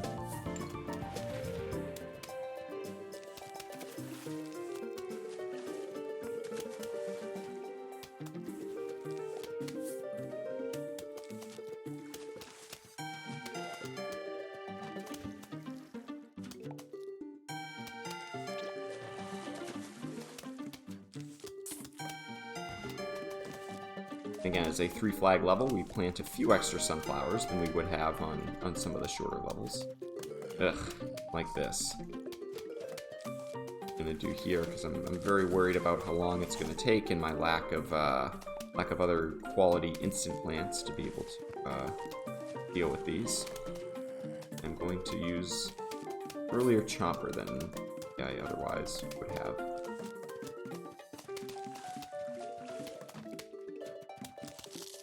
And these diver zombies are extremely annoying in the sense of they dive underwater and your plants can't shoot them until they come up to breathe, which basically is exactly the time that they're starting to eat one of your plants. So that's why sometimes we'll plant some of these lily pads up front so that, again, we have a better, a better solution to the diver zombies. And it's all about, kind of being able to react to the different circumstances that the game throws at you. That guy needs to die in a hurry. And we're going to have one of my very favorite mechanics in the game, and that is the chomper eating the Zomboni. There is no greater mechanic in all of Plants vs. Zombies speedrunning. I don't know how it fits in its mouth. I don't know how it digests it. I just, it never gets old. It really doesn't. Again, you could be running this game for years like I have been, and it just never gets old. Nice squash there. Really try not to lose my sunflowers here. And I do have to play in windowed mode in order to get kind of all the bells and whistles out here.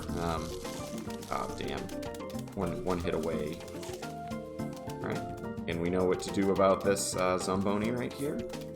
Oh, done.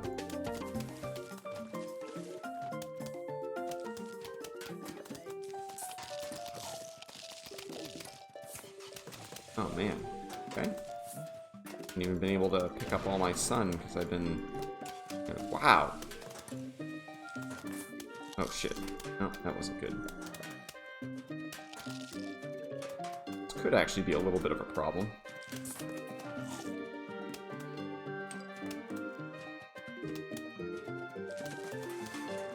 Now what can happen is there's enough okay, luckily the game took a little bit of mercy on us. Oops.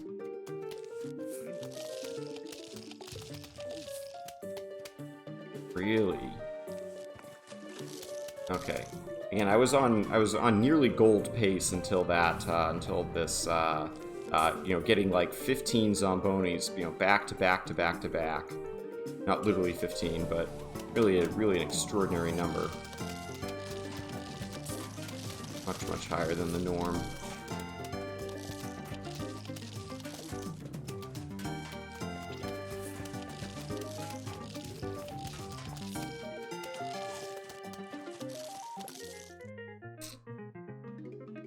Alright, not very happy with that, particularly that third flag. The first two flags I felt like went extremely well. That was almost exactly, again, if I were to sort of design, if I were to, through imaginary fashions be able to task this game, that's almost exactly how I would have wanted the zombies to appear. But then getting, again, a million of those Zombonis and not being able to get the chompers, and then I did make that mistake and I lost one of the chompers.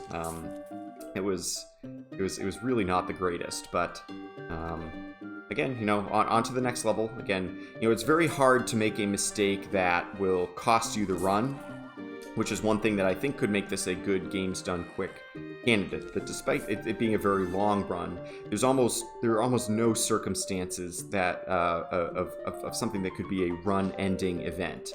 It's very, very difficult for an experienced runner to truly take a death on the level, because we have a lot of backups. There's a lot of instants. There's certainly things that can maybe slow down a particular level, but there's really not a lot that will like absolutely kill the run. I should have done this in the other order. I'm a little worried this could get. So again, and so overall, I would say that despite the run again being about 3.5 hours long, again, even with kind of everything going extremely wrong, you're probably not going to lose more than 5 minutes. Like again, if I had to say, truly everything possible has gone wrong, it might be a run that was sort of in the high 330s, you know, as opposed to like, oh god, I took a death entirely. And even worst case scenario, you do take a death. The game actually has save files, and so you'd be able to. Okay, I'm very glad that worked out. And I was gonna say I might actually get lucky there as well. Yep, that was. And sometimes that's an example of RNG that just barely worked out. Like it was just on the side of everything being the way that we would have wanted. All right, this is incredible. There's only been one other time where I finished the first half of one of these levels in 2 minutes and 20 seconds, which is what you saw right there. So.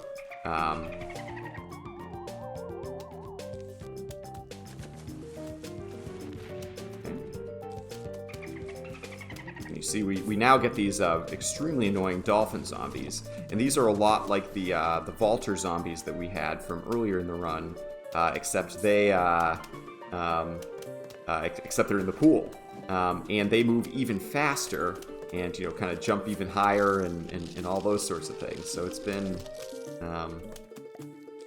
they are definitely not. Ooh, just barely survived. I'm actually gonna... A little bit of a pain right here. Some bad RNG, but be able to react to it quickly enough. And again, at least satisfy the 50% rule well enough. Man. Much of these dolphin zombies absolutely love... absolutely love this that fourth row I was planning to do here. And this gives us a little bit of firepower. All rows in the pool. We can actually do for this guy, we let him jump, and then the squash actually has a little bit of detection right behind him, and we can squash him just like that. So that's a mechanic that I definitely like taking advantage of. Pretty important one. And if I hadn't gotten that many divers, I think this could have been an excellent time for this level. But, and unfortunately, yeah, all these divers are just kind of putting a dagger. Again, they're just very difficult to deal with. They have more hit points, again, than the average zombie, and...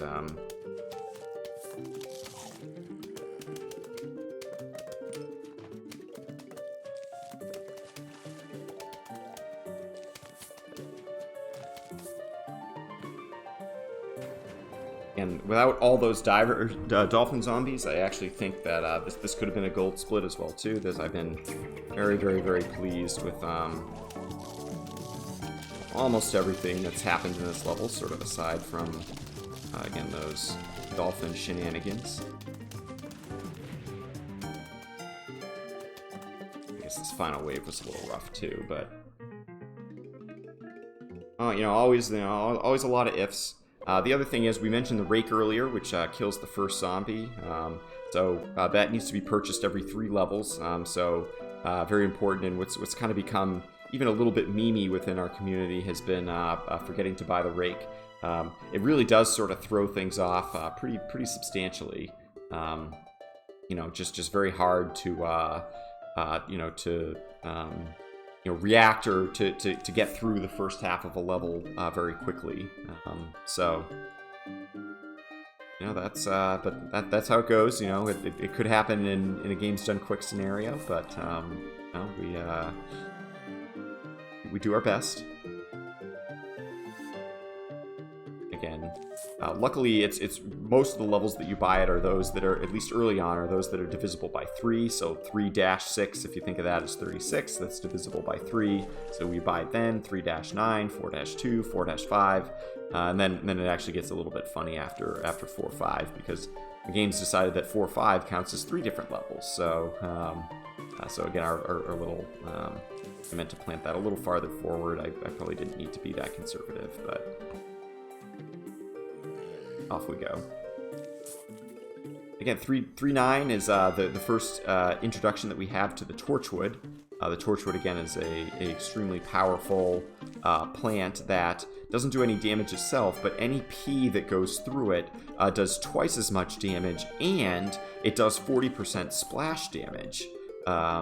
So, in other words, if you get zombies that are grouped up, the first zombie that gets hit will take twice as much damage from a pea shot, and then any other zombies that get hit would take an additional 40% damage, behind them. So that's why it's actually more efficient to plant a Torchwood and in a repeater than it is to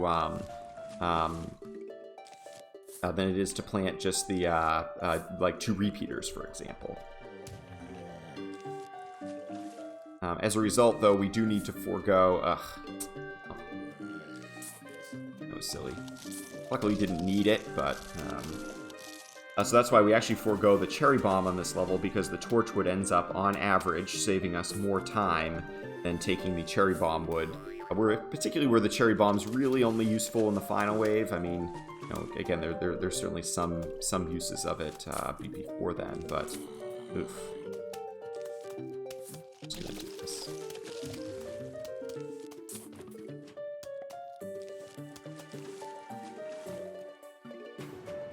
Again, we also don't have the Cherry Bomb for these huge waves as well, so we kind of have to make sure that every row is covered with, at least relatively sufficient firepower to deal with these huge waves, which it actually looks like we're in pretty good shape. The other thing that the Torchwoods can do is they can provide a nice little thing for these Vaulter zombies to leap over.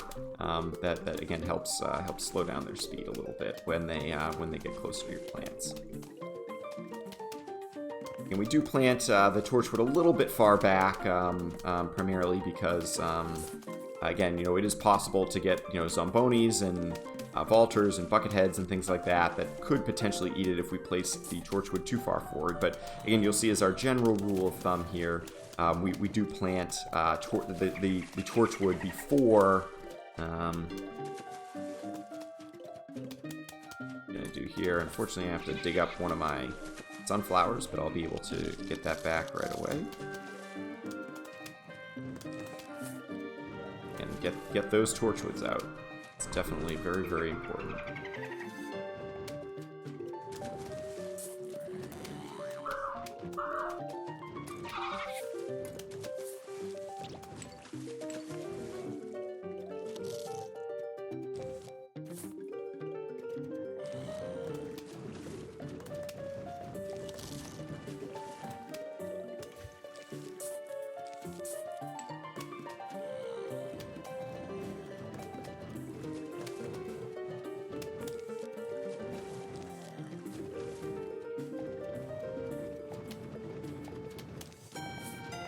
I'm actually doing very, very well on firepower here, for sure. Don't always get all the Torchwoods out before the huge wave, but I did this time. So, a little bit of funny stuff happening at the beginning of the first wave, and then again, somewhat close to the beginning of this wave. So, anticipating maybe losing about 15 seconds here.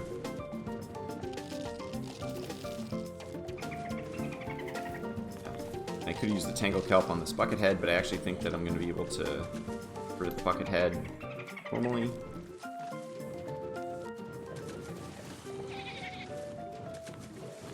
These pesky divers, once I have enough firepower, they just melt the Torchwood. Again, you can see splash damage just, it's very hard for any of these zombies even to get on screen at all, much less do any kind of, pose any kind of, major threat. That was a little unfortunate, but...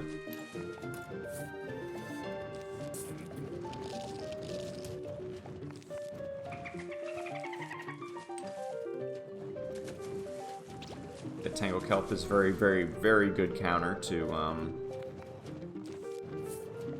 pesky divers and stuff. Or pesky,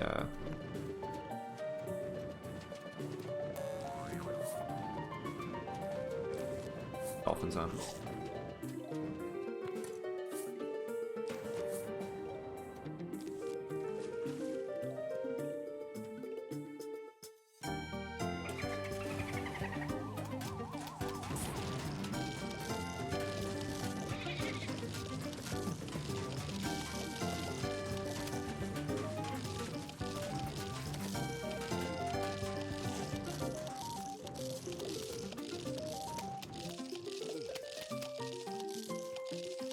little bit of bad luck. I had an insane number of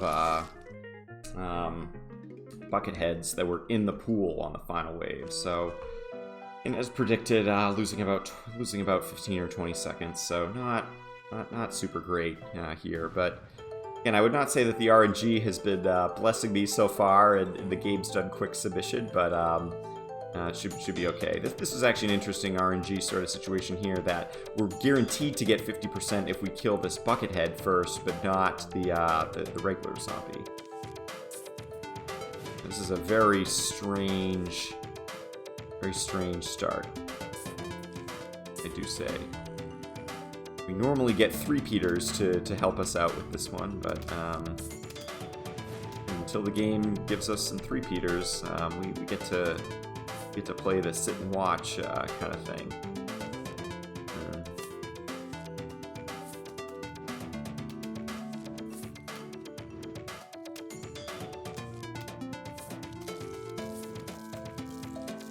I don't think this is quite going to get him, but that's okay. It's more important to... you can see they're very hard to get the 50% rule at all without three-peaters. Very, very, very difficult.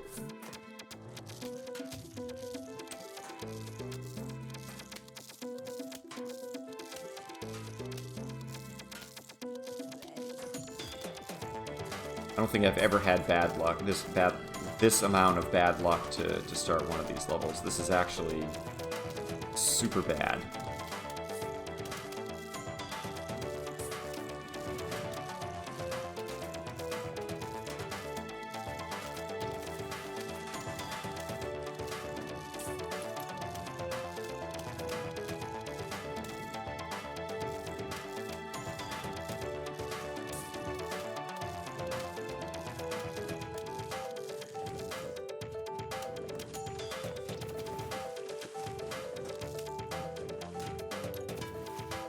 Alright, so probably lost about 15 seconds on that first half, largely because of all those early bucket heads and the lack of repeaters, but I'm actually doing pretty well on the Torchwood here, so I'm actually hoping that the time that we lost in the first half, we're going to be able to make it up in this early second half, because, and very, very nice to have the Torchwood out as early as we do.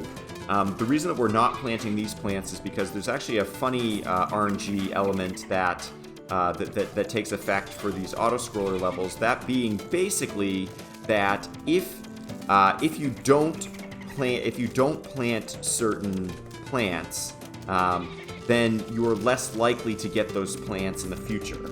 I won't get into like all the exact specifics, but in other words, if I choose not to take a lily pad or a jalapeno or whatever it is, if I choose not to plant it, then that decreases the probability that I get one of those plants in the future. So I figure, okay, while I'm waiting for things like Torchwood and the three-peaters and everything else, I want to try not to plant the other plants.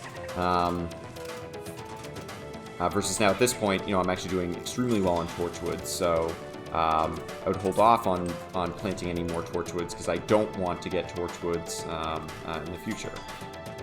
So that second half, or the second flag, was absolutely incredible compared to the first flag.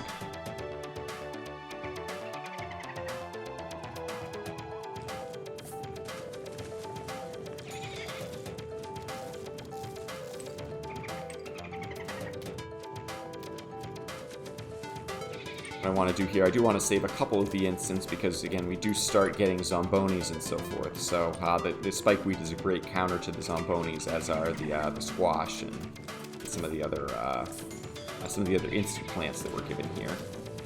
And really, every zombie really does have like two pretty strong counters or more. The game's actually very well balanced in that regard. That there's no particular plant that I would say is completely overpowered.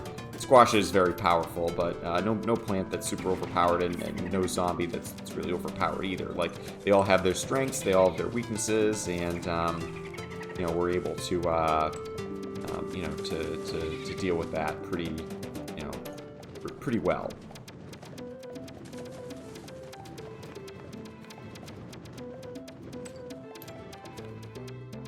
All right. I have a lot of instants to help out with this final wave here.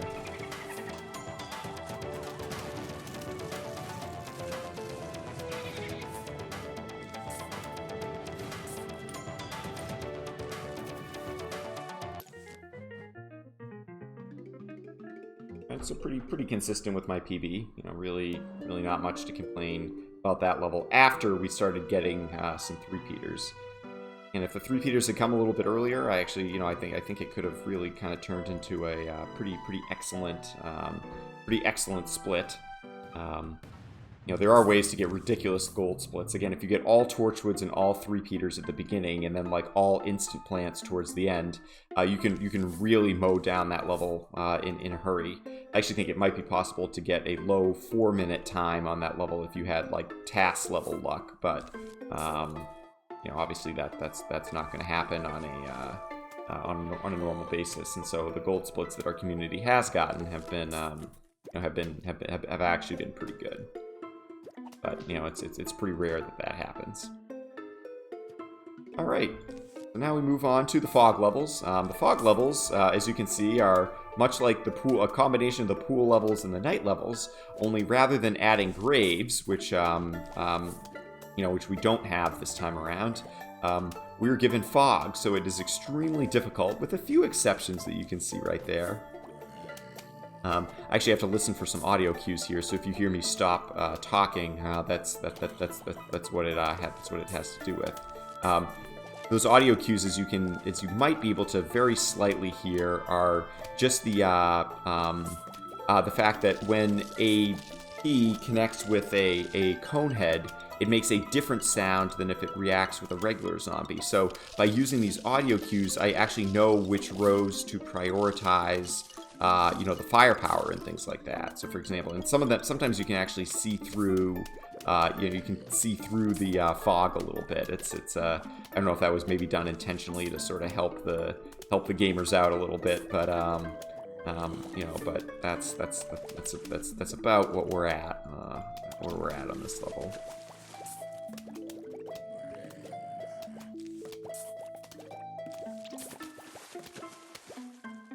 Nice. All right. So I actually kind of crushed the first half of that level.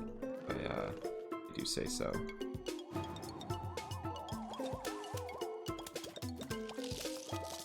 It needed. I beat it so fast. I actually needed a little bit more sun before I could finish off. Yeah. Otherwise, I actually would have saved a little more time. In hindsight, again, I really should have not planted as many of the you know, offensive plants that I did, and just sort of hoarded the sun, given you know, again, given how much I felt like I was kind of crushing the first half of that level. And again, a little bit of that was luck. I didn't get a lot of cone heads, and I really sort of was able to minimize the amount of idle time that any of the plants were spending. You actually notice here the fog extends by a row. So again, as we move along these levels, the fog kind of creeps deeper and deeper. But luckily, again, the game gives us a counter to it. It's a plant called the Plantern that has no offensive capabilities whatsoever, but it does allow us to see what's going on. So part of the strategy is, okay, how early do you plant the planter? You know, again, do you forego giving up some sort of offensive plant for it pretty early for having the knowledge of, you know, where are the zombies coming and where do I need to prioritize my you know, my offensive plants.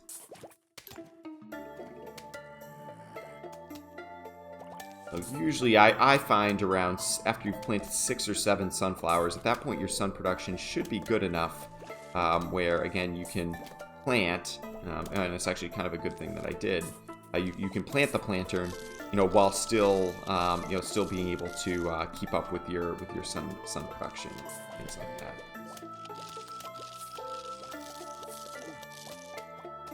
So again, now we have about vision of half of the level, which is good, better than nothing, but we're actually going to need to plant a second Plantern. It is possible if you plant a Plantern in the pool, plant a Plantern, that's a good one, that you know, you won't, that you can get a little bit more visibility higher up, but the problem there is you need to plant a lily pad in order for it to rest on. So,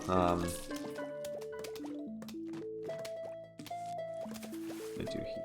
Try to load up on that guy a little bit. Oh, yes.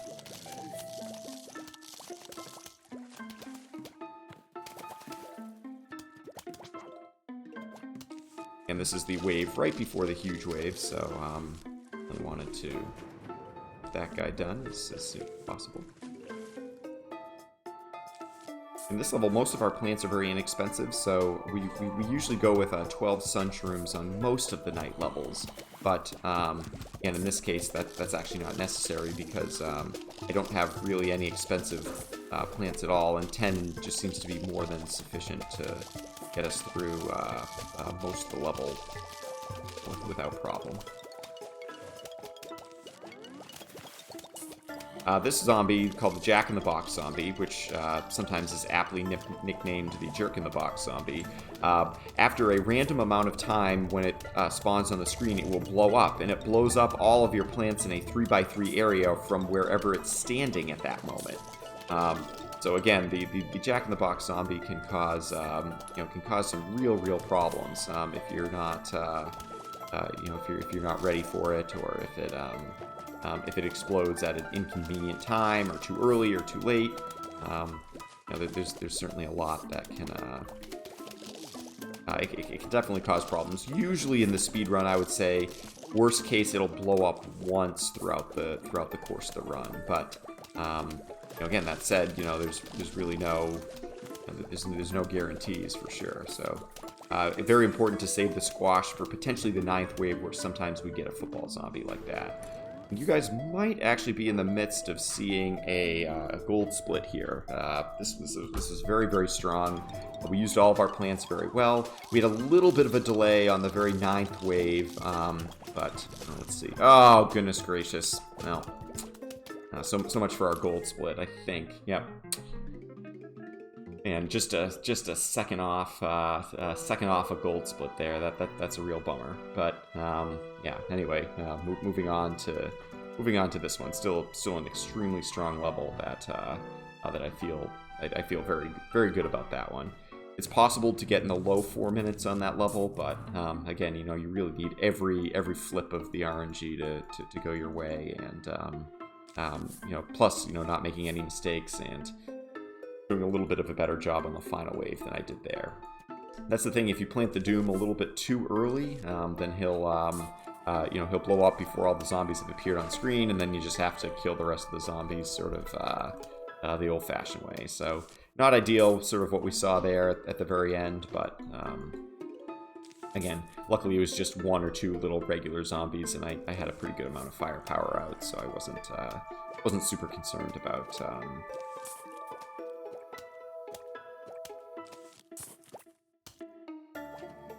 trying to use some audio cues to figure out where the zombies are. I think I might have saw a glimpse of one of them in the second row.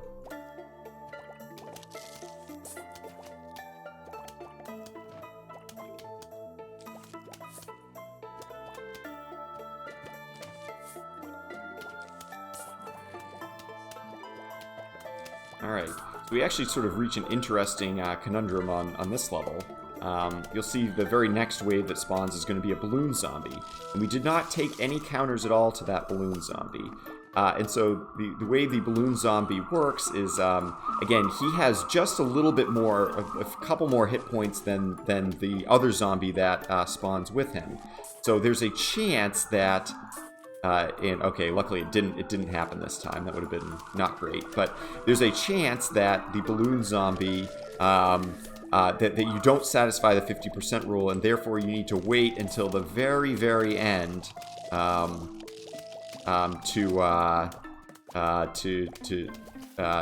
need to wait for it to reach the end of the row in order to satisfy the 50% rule. So luckily that did not happen this time, and we should end up with a time that's pretty consistent to our PB.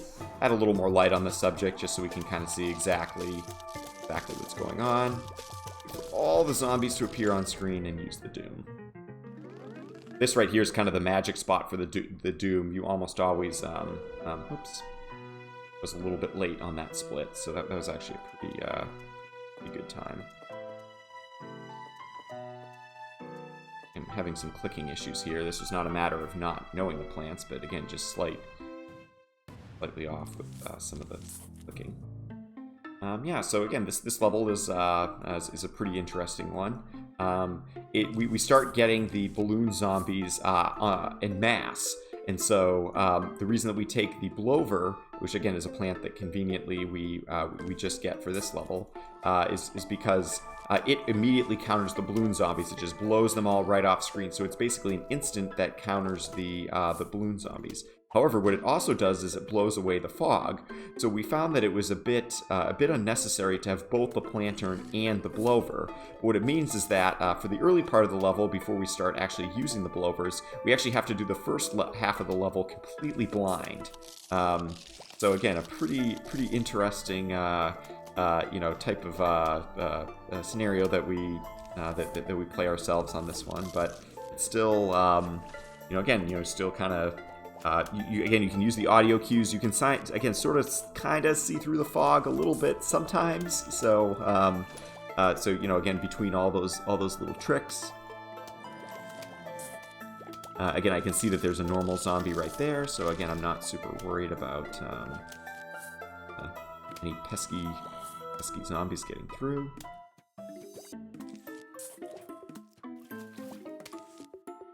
Ooh. That was a bit unfortunate. I got a cone head in the pool. Not cool at all. But again, I was able to tell that based on the audio cues. Again, trying to listen to some of the plunks and so forth that we heard. And a little more plunking going on here. So I'm gonna. You see, again, I'm proactive with some of the Tangle Kelps, just like we did in some of the pool levels. Again, it's a strategy that that definitely holds up.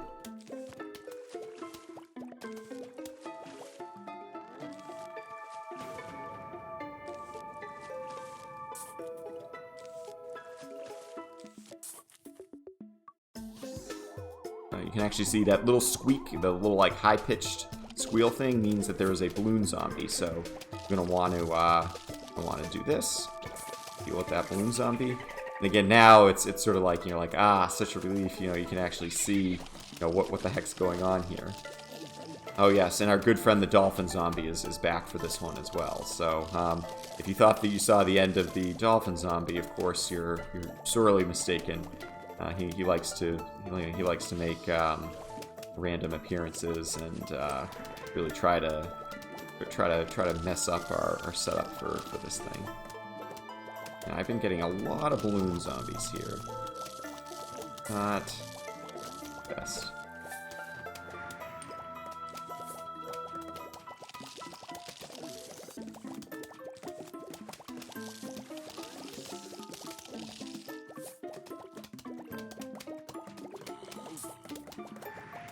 And again, killing those balloon zombies does help us towards the 50% rule. So again, sort of the faster that we can do some damage to most of the waves, and then really get rid of the balloon zombies if we have to with our instance, better off we're going to be. And again, this is the wave right before our huge wave. What I want to do here is just sort of see which rows need the most help, and I actually killed them all right around the same time, which is excellent. So again, no gold split here. A few too many. We didn't get to plant quite as much firepower as we would have liked because of all the balloon zombies, but.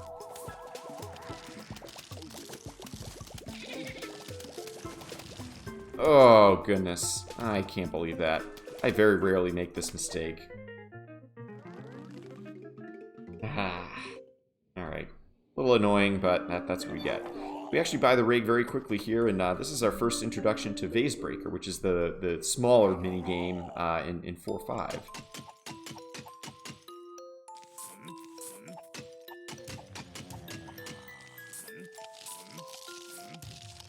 Luckily, we have enough squashes on this first one to deal with that.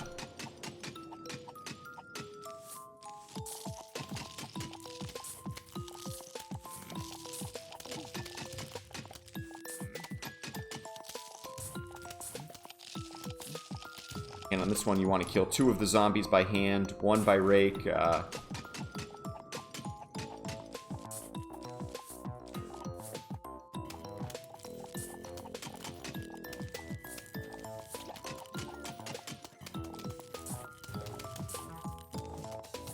This nonsense.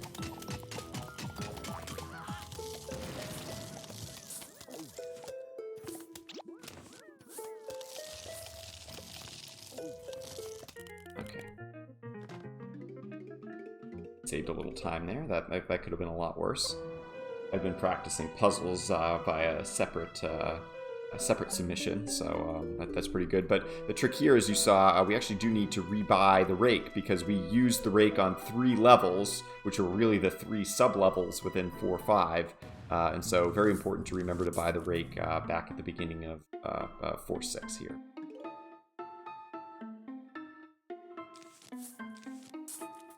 I say at this point a PB is probably out of reach, which again I kind of knew, you know, by the end of the day levels.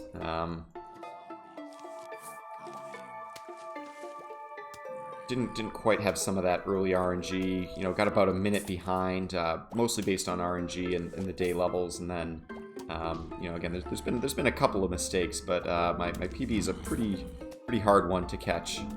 So again, I'm not too distraught that, you know, maybe this isn't the perfect execution-wise games done quick submission, but rather I would say that this is a pretty realistic idea of, you know, what an attempt, maybe a slightly below average attempt in terms of luck and execution, you know, could look like in a games done quick submission. So, you know, again, I'd hardly say that I'm, you know, embarrassed by this or that I think it's a bad attempt or anything like that at all. I definitely don't think so.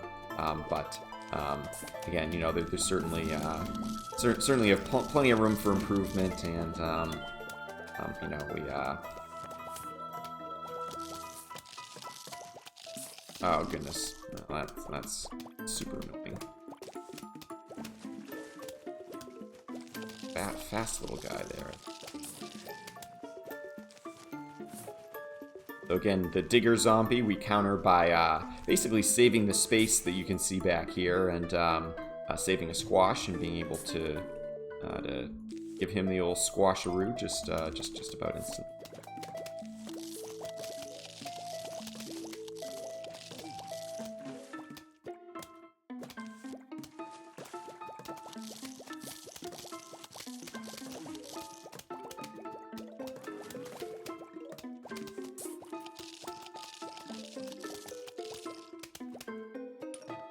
Actually, those last two waves were very good.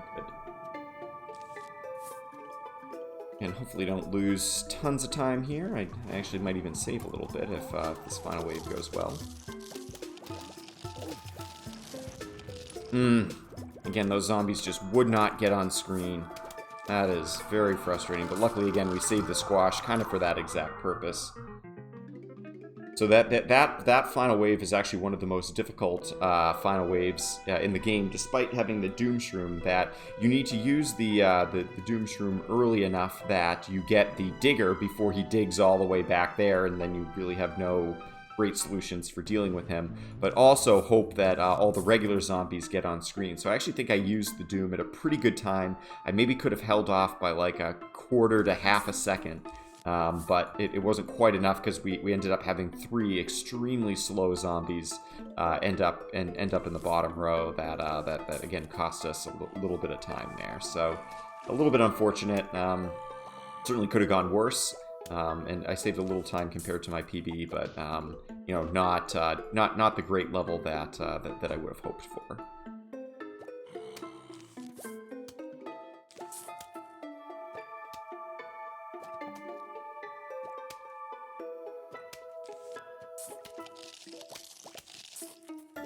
And I could kind of see that there were, actually we got 2 in a row. Again, I've had a lot of instances so far this run of 2 zombies appearing back to back in the same row, which again, statistically, they're less likely to appear back to back in the same row, but you know, of course, you know, there's no guarantees. There's you know, we can only kind of we take our best guess of where we think zombies are going to end up.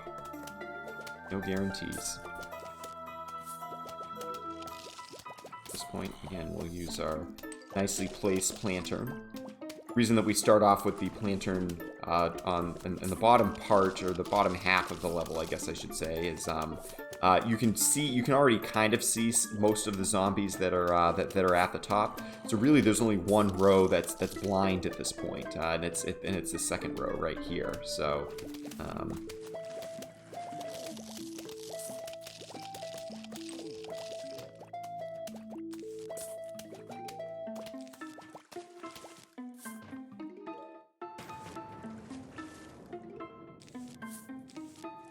Pretty good first half overall. And we shoot for, any time less than 2.5 minutes is okay, and any time that's sort of in the 2 minute 15 seconds for the first half of these levels is very, very good. So, and I would say that this was pretty smooth. There were really no major mistakes. Didn't have to wait too long on the 9th wave. So again, kind of the recipe for a pretty good level.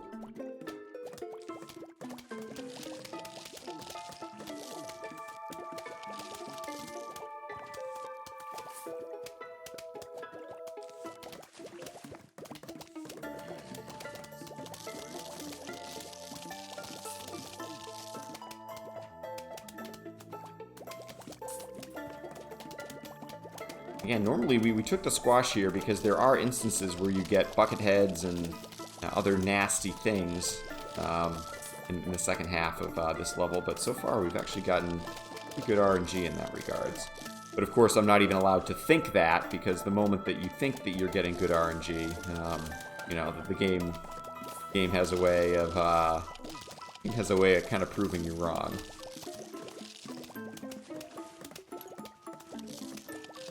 I'm far from a superstitious person by nature, but sometimes this game does make me wonder if there's an element of, Yep, so now you see, again, we're starting to get the diggers, which we need the squash for, the bucket heads, all that kind of stuff. Less than ideal.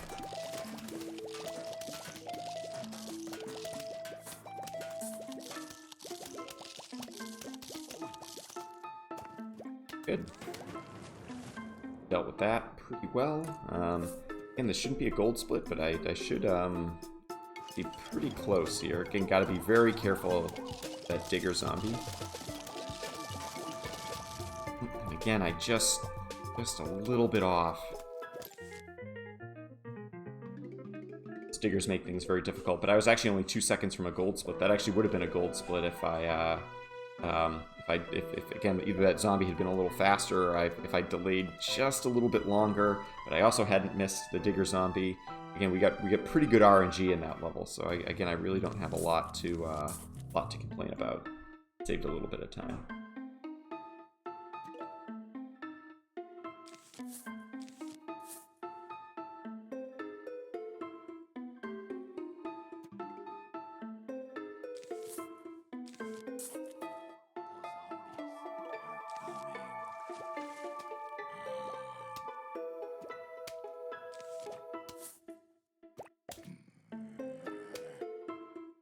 Don't need to worry about this because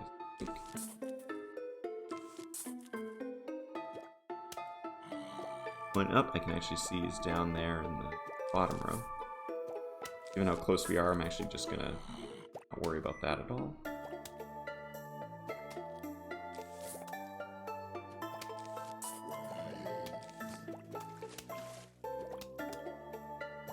And where all of the the sea shrooms and things like that have a very short range of just 3. I try to align it. It aligns very, very well. You'll see with the range of 3 puts them in the right column if you align it right there with the shovel. So.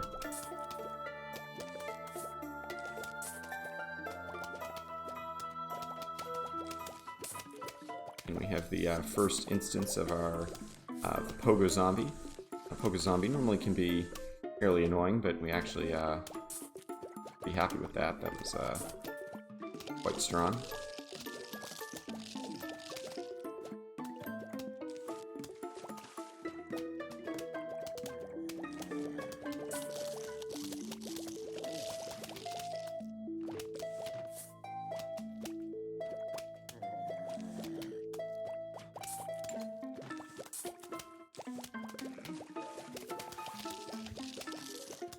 nice. There we go. Might save a little bit of time here too. I've been pretty pleased with these fog levels so far. Nothing overly concerning. And again, assuming if I can find this just right, everybody's on screen. Very nice. Again, believe it or not, it's already been 3 levels since we bought the rake, so gotta jump back and do that guy. And we now have actually one of the strongest plants, in my opinion, in the entire game. It's the magnet zombie, and what that does is if a zombie with some sort of metallic object is within 3 squares, or I guess it's like a 5 by 5 square area total, so within 2 squares, or however you want to look at it, it will take the metallic object and basically eat it. And that can be super helpful because there's actually been a lot of zombies that do have that metallic object. It's a there's the bucket heads, of course, the screen door zombies, the football zombies, the pogo zombies. Really, again, any even the Jack in the Box zombies, the little they consider the little Jack in the Box thing that they carry metallic. So again, the magnet shroom is an extremely good counter to to all those zombies that can really really start to cause problems. But of course, the downside is the fog is now as deep as it's going to be for for the entire level, and we're sort of left in a situation here where and we get balloon zombies on this level. So we really can't do a lot to help our cause towards vision until later on in the level when we're left when we have the ability to use the clover and take care of some of the more problematic areas, and have built up our sun resources enough that we're not super worried about things.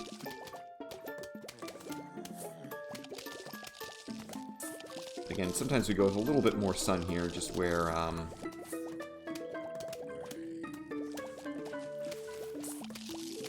little bit more sun, just where again you have to plant blowers, magnets, the lily pads, like really all that stuff.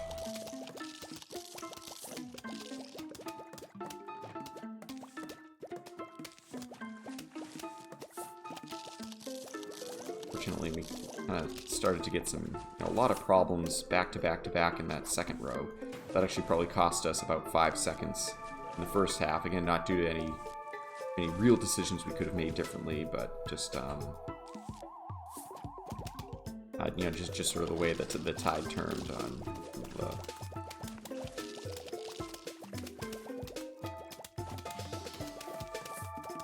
and you can kind of hear the screech.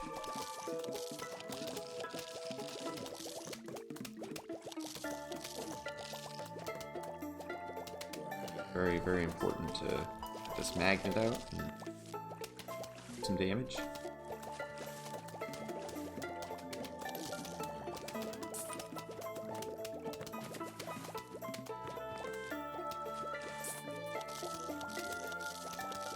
Nice. You actually see the magnets really doing some work. I had to quickly put another one out. It does mean that I left it a bit.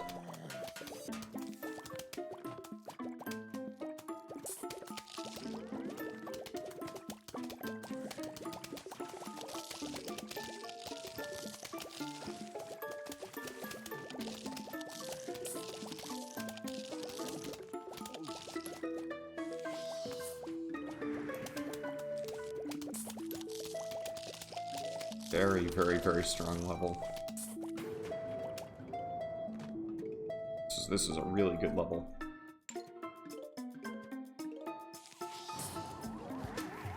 And if it weren't for that little 5-second delay because of all the crap we got in the second row at the end of the first half, this actually would have been a gold split as well. It said only 2 seconds off gold, which is good.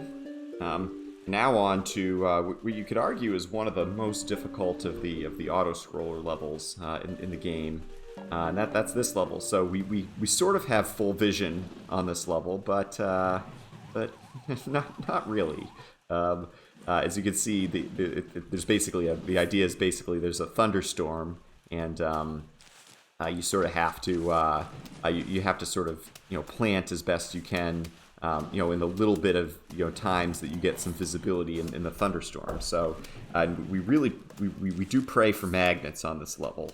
So it's actually quite nice that that we got a magnet as early as we did here. A little bit risky. I knew there was a chance that wouldn't work out. Okay, this is actually okay. And I'm sad I lost one of the star fruits, but it's gonna be okay. Hello? I guess I hadn't done. Yeah, I must have been a few hits away from not having done enough damage on that one.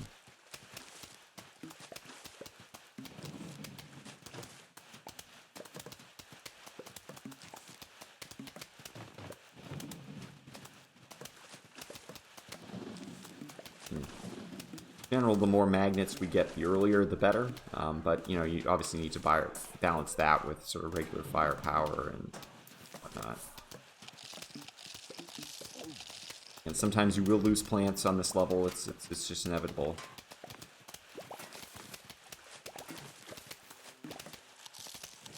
Oh crap! Oh, I didn't even see that. That was a huge mistake.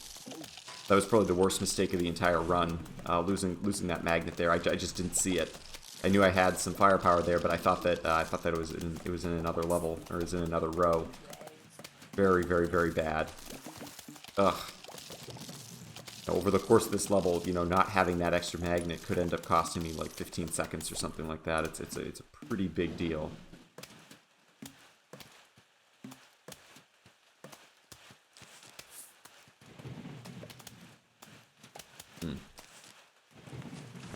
Fairly annoyed about that, but alright.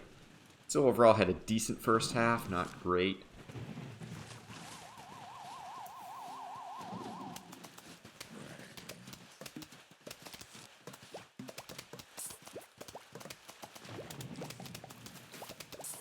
We didn't talk too much about the split pea. It's the one plant, maybe there's one or two plants I think that we never take throughout the course of the run, and fortunately, for the sake of the split pea, that is one of them.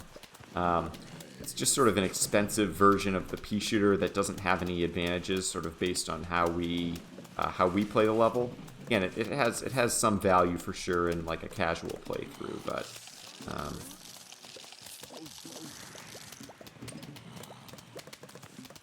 a little bit annoying about those bigger zombies there, but good shape. And it is nice to have the two magnets, but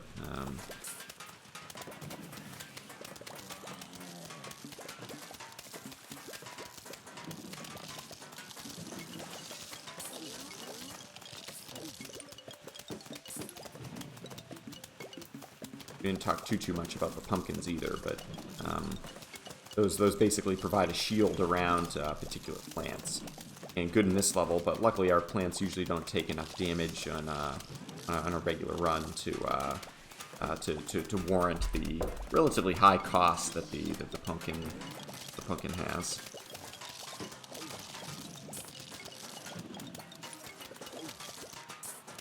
As you can hear, all this pinging is metallic zombies that again, if I had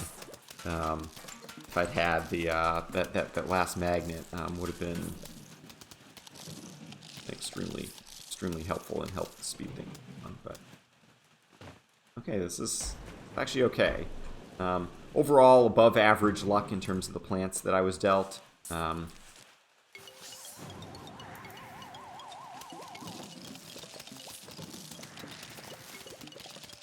See, I actually had to protect that plant right there. A little bit worried about these two rows right here. Alright, now it's mostly this row.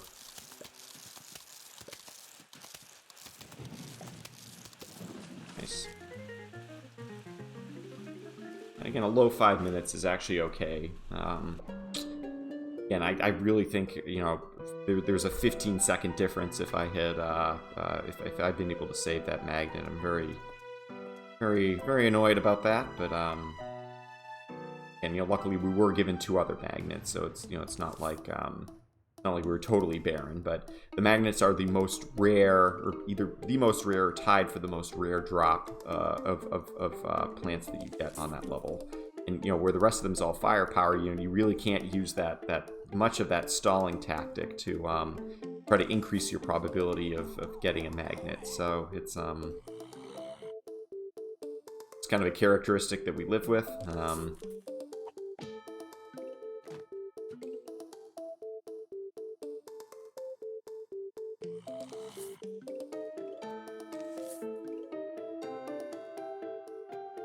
So now we make our way onto the roof levels. The roof levels are very interesting in that you can sort of see that the first 5 columns here are slanted, and what that means basically is that normal pea shooters do not work on the slant except for this very top part right here. So we're given basically catapult zombies, or in this case the cabbage pult, if you want to plant, if you want any offensive plants that are sort of before this point, you have to plant them back here. So again, we're kind of taking the same types of general concepts and that we've been using all game, and just sort of adding adding some complexity to it. But as you see here, right on the edge here, you actually can put pea shooters, as well as being able to put pea shooters on this part of the roof. But the other thing on the roof is, of course, you can't plant your plants, so you first need to plant a flower pot. You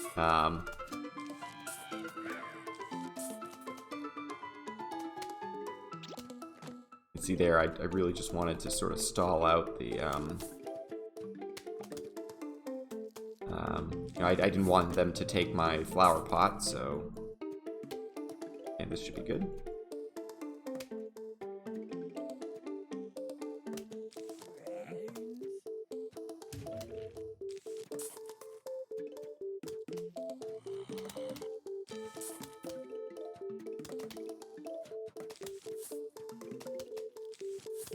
One more. I don't know for sure.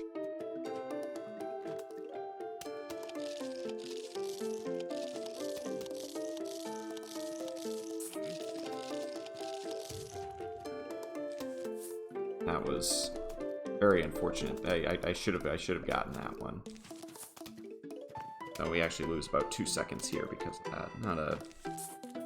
Not a devastating miss, but definitely yeah, but I should have the squash back by ugh.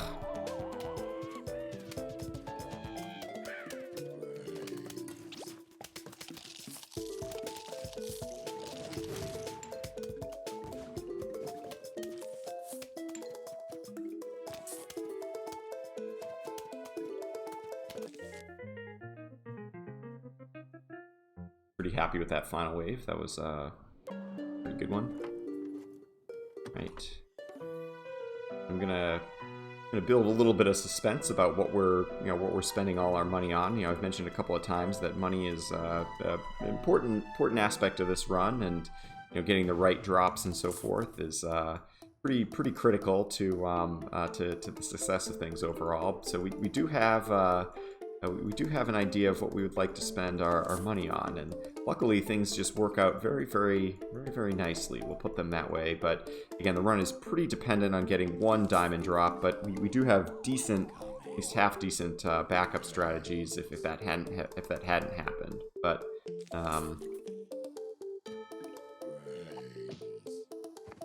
luckily we are not going to have money problems.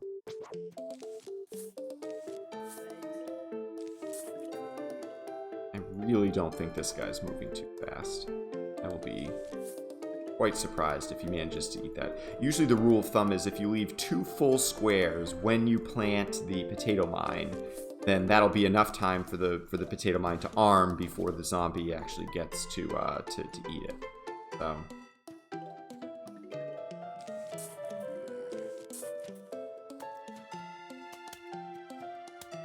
we should have planted one more sunflower before there, but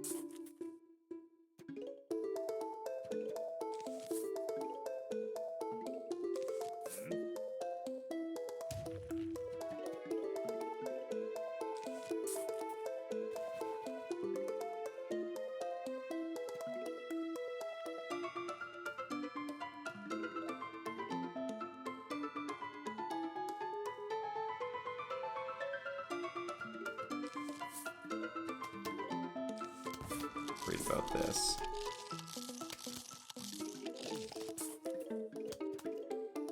Not worried about this, but if I stall him just enough,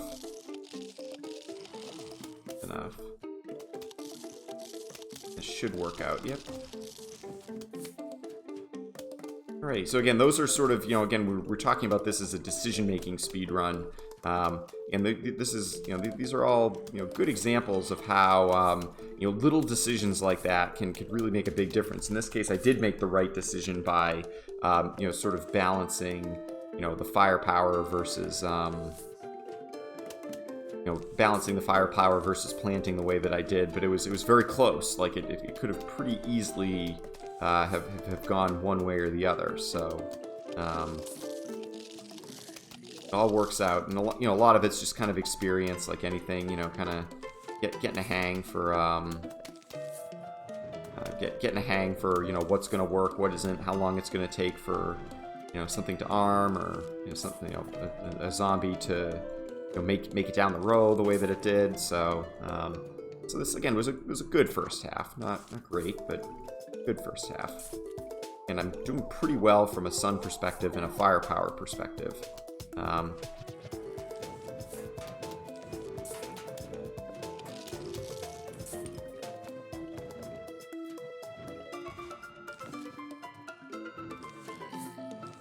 Just gotta get him dead. I can't afford to wait.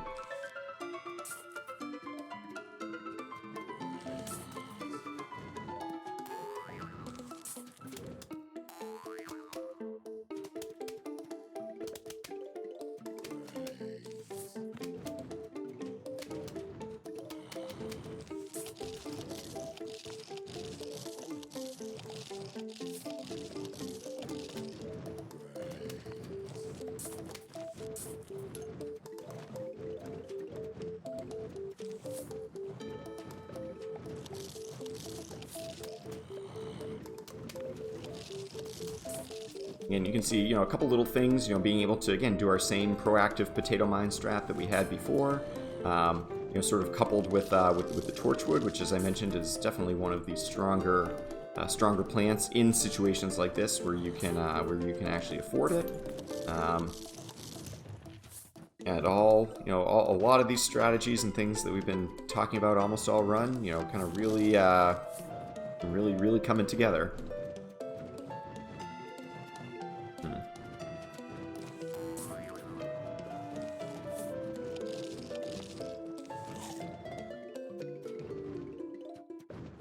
Nice to be.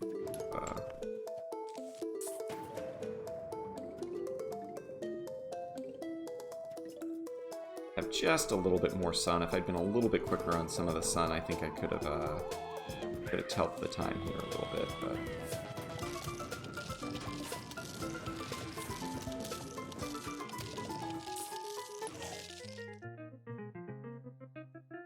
those final waves definitely take some adjusting and some getting used to, because you can get most of them with the cherry bomb, but then you saw that the bungee zombies drop in drop in some zombies, and your Torchwood does some, but you have the chomper, and so those final waves actually are some of the more technically difficult parts of the run, in terms of, again, really optimizing everything that you can. You have a squash, you have chompers, you have a cherry, you have the firepower, but you're getting bucket heads dropped all over the place. Like you saw that there was some bucket heads in the final wave, and other different things getting dropped in strange, unusual places. So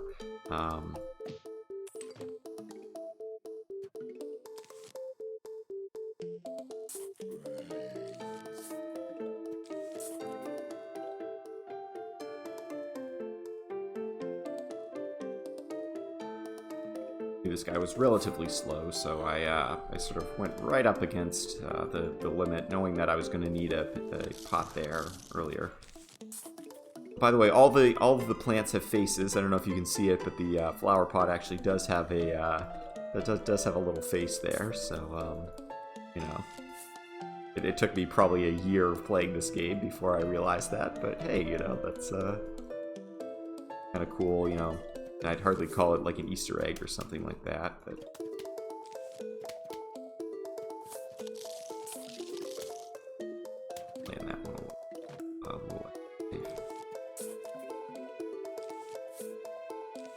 Oh, thank you.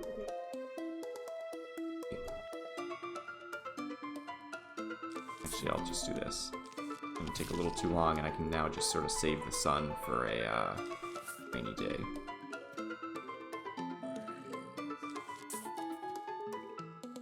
Wait for the flower pot a little bit, but again, you know, the reason this wave spawned, again, I did 50% of the zombies' hit points, and when it comes down to it, that's, I'd say that's all that matters, but that seems to be all the game cares too deeply about. Get to 50%, and live happily ever after, till the next wave.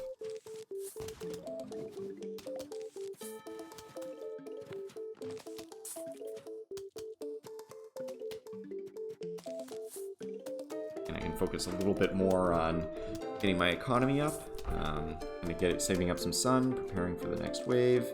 Again, the moment this guy takes it on the chin, good shape.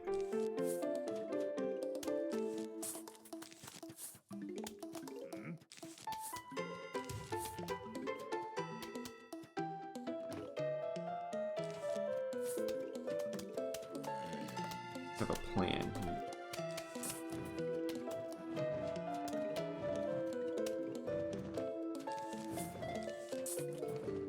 Nice. And actually a slightly above average first half on this one too. I'm doing very, very well on firepower. We have all my sun producing plants out as well. I actually think that this could be a pretty fast second half. Never want to speak too soon, but yes, we get the ladder zombies. This guy is a real pest. He can climb over things like walnuts, tall nuts, the pumpkin zombies that you have. So again, he's sort of a counter to, you know, things like walnuts that maybe, you know, some runners had kind of become dependent on. Maybe not from a speedrunning perspective, but you know, just in casual play, you know, he'll counter the walnuts. You can't just, you know, kind of guard the front row and, you know, sit back and do everything anymore. You know, those ladder zombies really, you know, they really pack a punch. They're fast. They have pretty high amount of hit points, and so it's definitely no joke trying to make sure that those are dealt with quickly and efficiently. Really doing very well on sun. Fortunately, I'm gonna have to do this. A little bit expensive, but it would have been worse and more time consuming to try to take care of it any other way.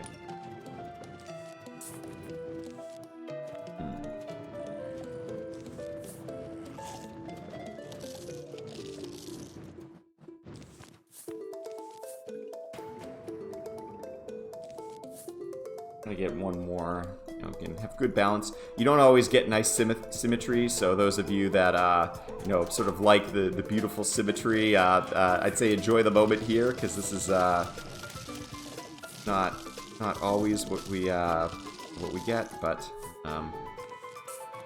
again, very bad luck having 2 drops in that far column there. That probably cost about 10 seconds from, maybe not quite 10, but 5 to 10 seconds from what would have been the ideal case scenario.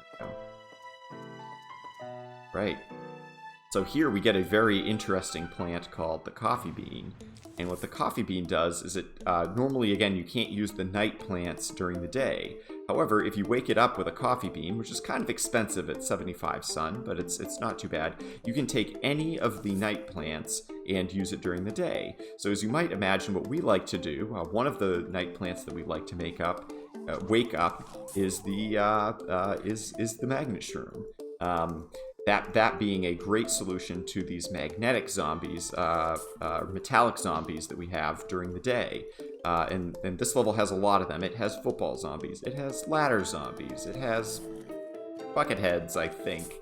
You know, there's a lot of potentially very, very problematic zombies, but by using 2 of our valuable slots, we can we can take the magnet shroom, and the other advantage from a speedrunning perspective of what the magnet shroom does is it almost instantly will satisfy your 50% rule, because it'll take a bucket head that has a lot of hit points, and by removing its helmet, that counts as having done damage to it, or counts as it losing some of its hit points.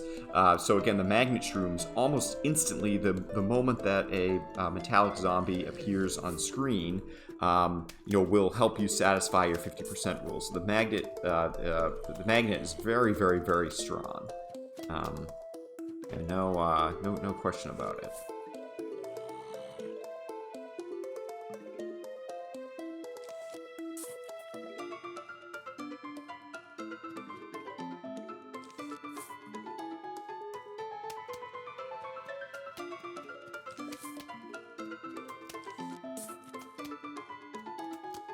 And sometimes there can be a little bit of finesse on exactly how to deal with each particular wave.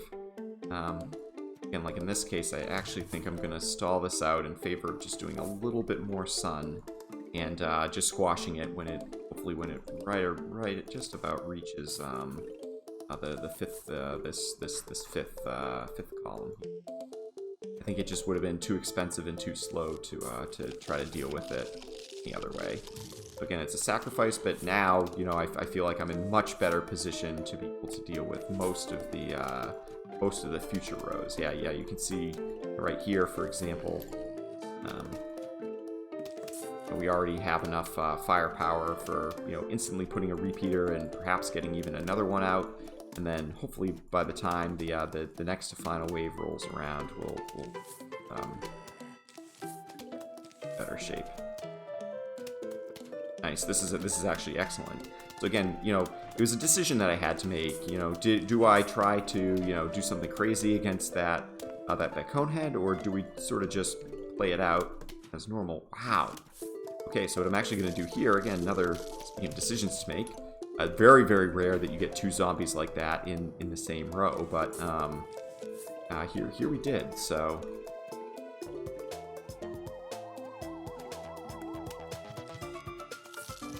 again, I did sacrifice a little bit of time in the first half in order to hopefully save us more than that amount of time in the second half. And right around here in the second half is when we start to get some of our problem zombies. So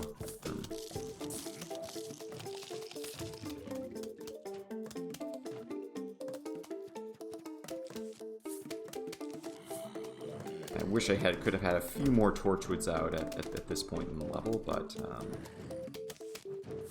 didn't happen. That's okay.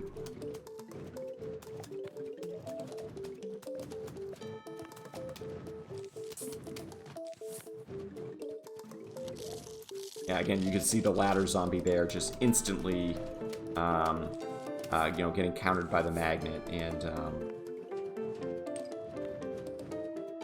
leaving us in a very nice position to move forward with the next wave. And they actually finish, I guess, eating, or I don't even know for sure if it's eating so much as just consuming the metallic thing relatively quickly. So it's pretty. And here it's actually just out of range. Oh, well, we actually did enough damage to it anyway. Okay, we'll just get another ladder out. Pretty good.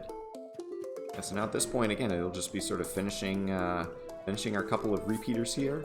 Again, really what I like about this game overall, I know we're kind of deflecting a little bit, but is every level really is a little bit different. Again, of course you have the same strategies. You're planting sun and doing that sort of thing, but I feel like each level is different enough that it sort of has a unique strategy to be able to describe to people. And there's just something like very visually appealing about just like watching something like this. You have all the fire going on. You have metallic zombies. You have all the zombies kind of working working in tandem together. It's just really kind of a cool It's really good. There's a certain visual appeal, and one thing that we sort of regularly say that's sort of a strength of the PvZ series overall is that it really attracts gamers of all different ages, all different skill levels. You have casual gamers, you have mobile gamers. The game was on Xbox, it was on DS. So again, one reason I really think it could provide a lot of value to a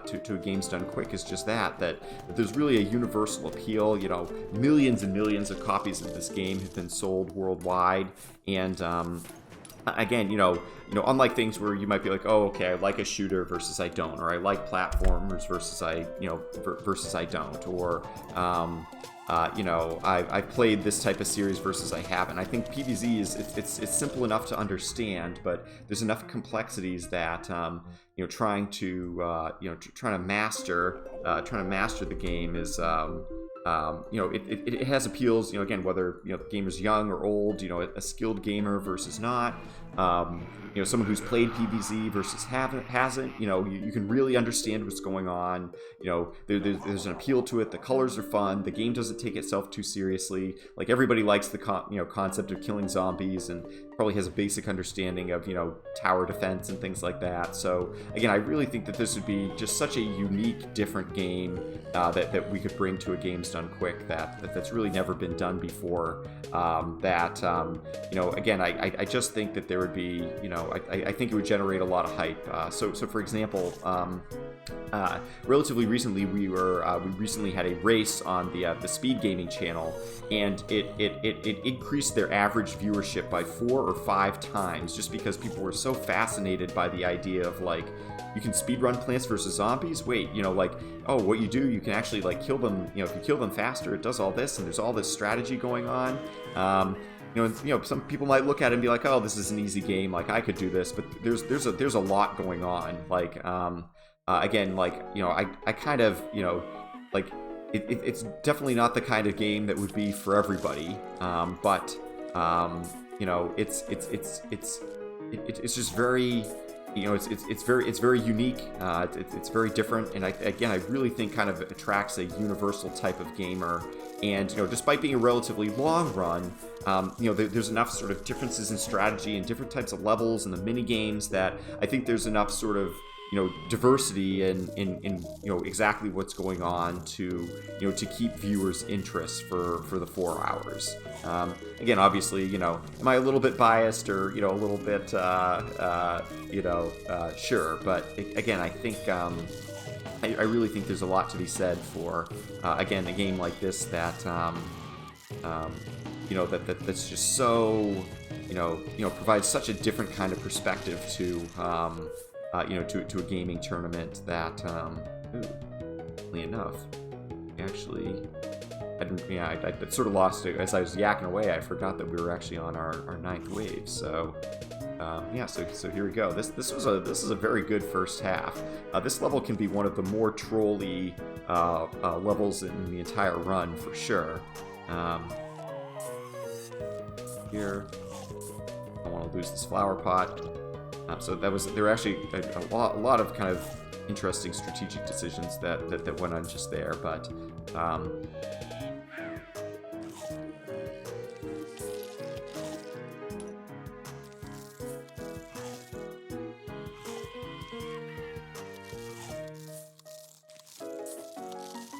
maybe could have let that guy go behind. Really haven't used a lot of cherries at this point.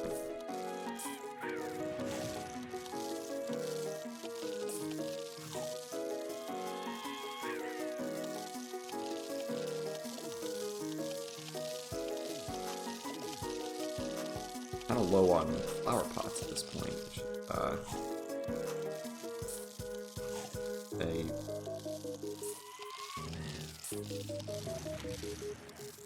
Not always the case.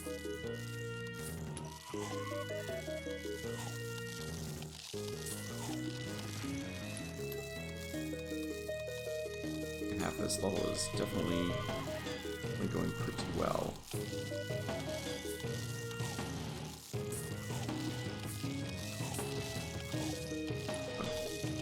Quite use that many flower pots, but unfortunately I actually have to do this to move things along.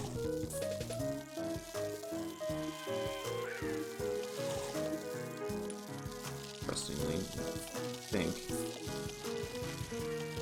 what I needed here was flower pots.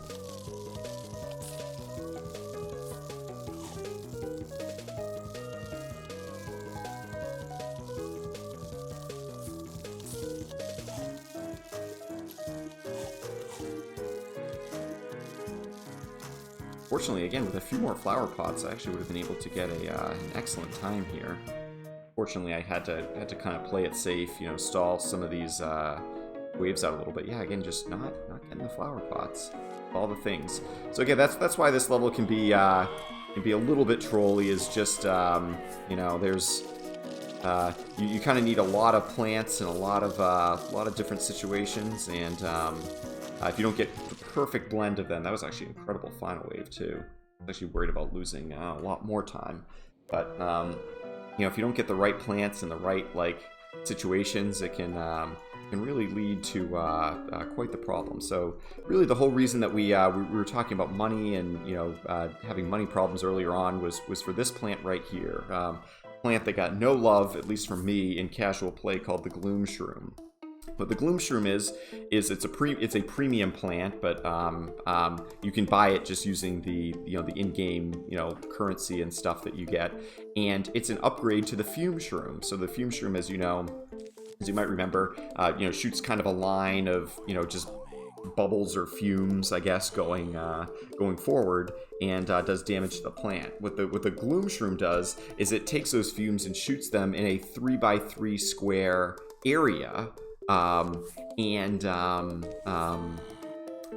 does massive amounts of damage, and so you wouldn't necessarily think that there would be much place for this in a speedrun strat, because the range is so limited, and usually range, you know, equals, you know, better in terms of kind of killing plants faster. But because it basically goes through other zombies, the fumes, that again, if you have like 20 zombies that are all in this area, not that we would ever end up with that many, but if you have a lot of zombies that are in a particular area, the Fume Shroom will damage them all. So what you'll see that we do right here is we first have to plant a Gloom, which is asleep because it's at night. We then upgrade it to the Gloom, and we then wake it up using the coffee bean. And so now this plant single-handedly, believe it or not, could almost beat the level by itself. And I'll show you what I mean right there. Because the other plant that we get right at this level is the garlic, which the zombies taste the garlic, they spit it out, and you can force them into this middle row. So you can actually see we do tons of damage, you know, right here in the middle row, and all the zombies sort of get pushed into this area. And because the Gloom Shroom goes through as many zombies as is necessary, you know, we end up with a really great. You know, with a really great counter to just about every type of zombie that we could encounter. Again, you know, now again it does have a long cooldown. The Gloom does, but you know, we have these all here. I actually probably should have tried to slip the garlic just a little bit quicker. And again, we can push all the zombies right into these middle rows, set up a couple of Glooms right here in the 8th column, and you know, life is good. You know, we're gonna be in great shape. We did get a lot of cone heads in the first half here, which is a bit unfortunate, but really kind of positioning ourselves very, very well. We can also use the Doom Shroom too, which is a good, which works very well in combination with the coffee bean. Now we have 3 Glooms up, and now you can see that we're doing basically double damage to any of the zombies that try to cross our paths.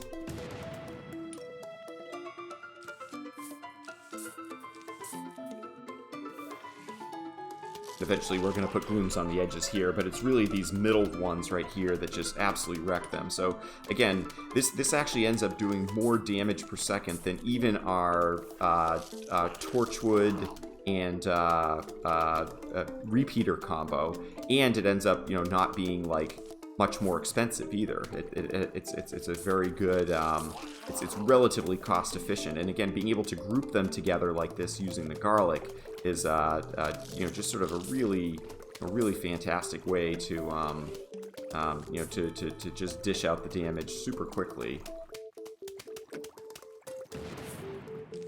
Again, nothing wrong with using the occasional squash here, just to make the 50% rule satisfied even quicker.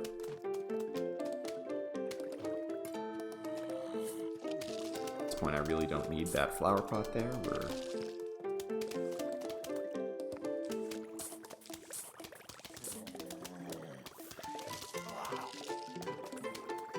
Alright, now we've reached the 9th wave, so what we're actually going to do to even speed things on just a little bit faster is just use a doom here, because we actually have another doom available.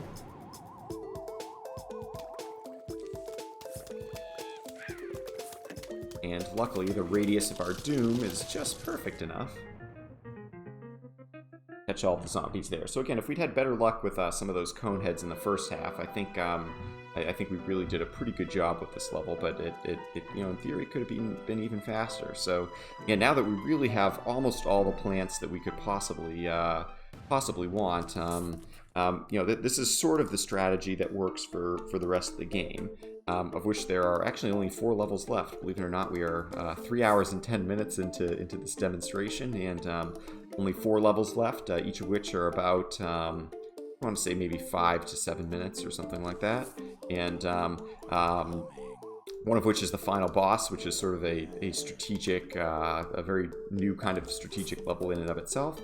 And then we use this strategy for 5, 7, and 5, 8 here, but then we actually change the strategy again for 5, 9 because of a different type of zombie setup that we know that we're going to get for those levels. So again, there's really, you know, there's almost no 2 levels where the strategy, I would say, is identical. Even this one is a little bit different from 5, 6 in the sense of just in the sense of it, this one's a 3 flag level, so you know you're sort of you sort of get to balance, you know, just having a few more waves to install this out. We're kind of taking advantage of a bit of a cool mechanic right here. We got a little bit lucky with where this zombie spawned that we didn't get last time. Where's my son? That you can see we can actually kill this 3rd zombie right here by getting the gloom up in time. But it was very important that we just did that little stalling tactic right there with the flower pot. Otherwise, we wouldn't have been able to do quite as much damage just in time.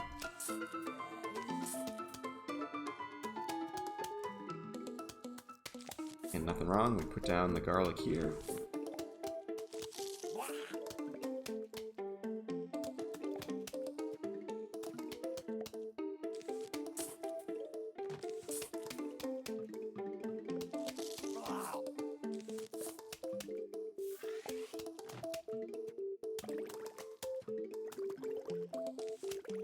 I am.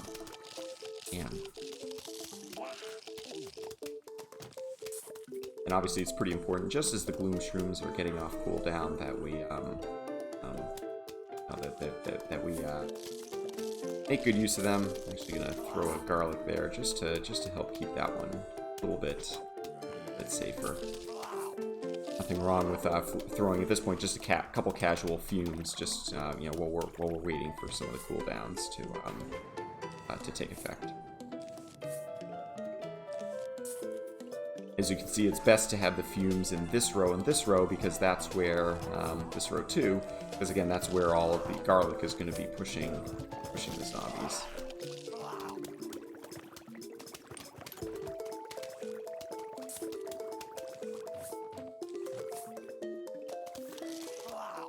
a little bit of bad RNG there that we got two cone heads to start off. Start off the second flag. I'm gonna try to keep those a little bit safer, a bit more well protected.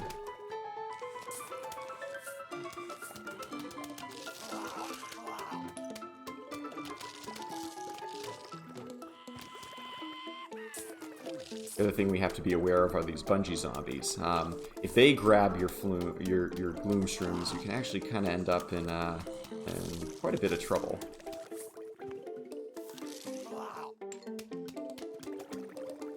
So that's why you saw that I try to plant at least something right behind the gloom shrooms to help protect them a little bit better.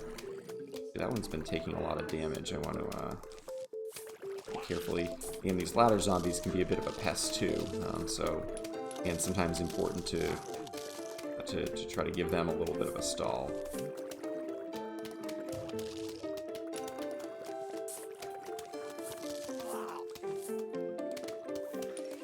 That was kind of a slow poke.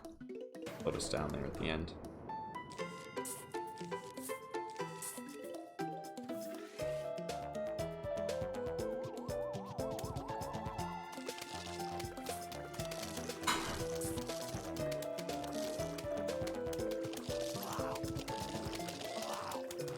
At this point, there's, other than, making sure that our glooms stay safe from the bungee zombies, but even if we do lose a gloom, once you have 3, 4, 5 of them, ooh.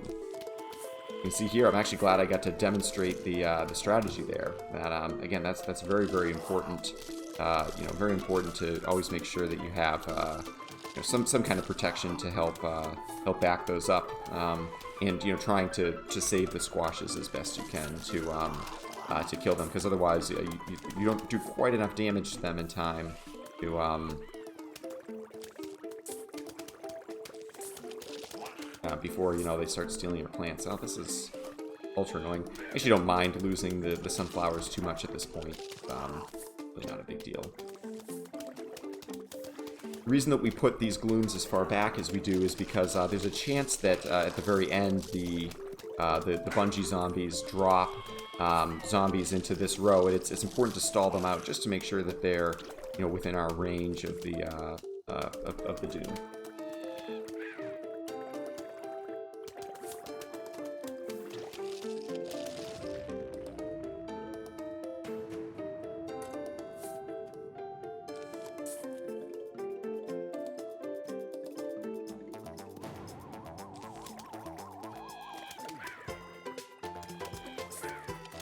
End up mattering there.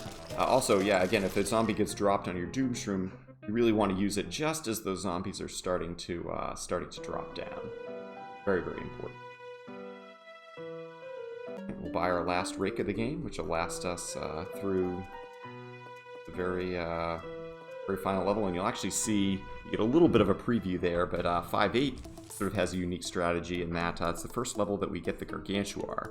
The Gargantuar is nasty. It has twice as many hit points as, about twice as many hit points as the football zombie, which was the next strongest one that we have. And it's the only zombie that we face in this mode that cannot be killed immediately by some of our instants. So again, a squash alone, a doom alone is not enough to deal with a Gargantuar. So we actually developed a strategy, this was maybe a year ago or so, of how to deal with the Gargantuars extremely effectively.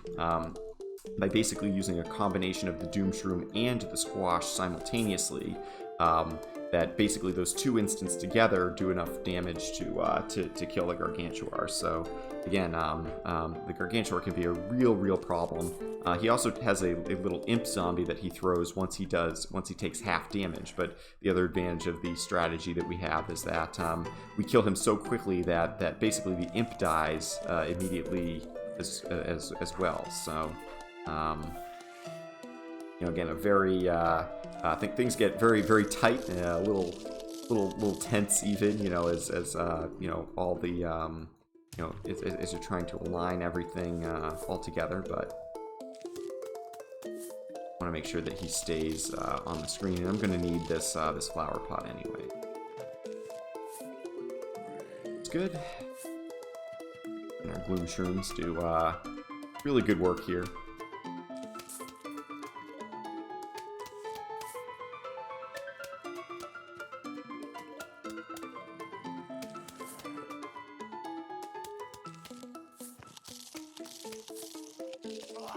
Do this again, just help keep things a little safe. I knew I wasn't going to be able to afford both of the, or you know, the cooldown wasn't going to work to have both of those garlics there at the same time.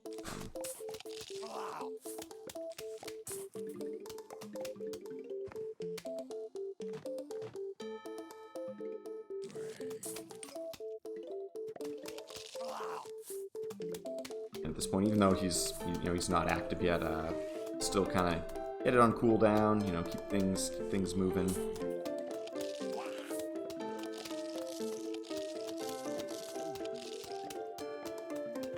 Right.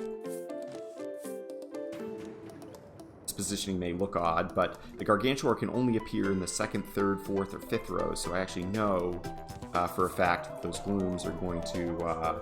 This gloom is going to be able to hit him.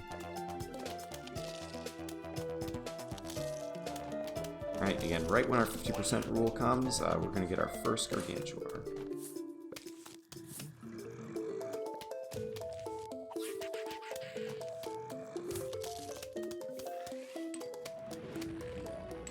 You can actually see we, kind of by going back to back like that, we actually deliberately stall it a little bit.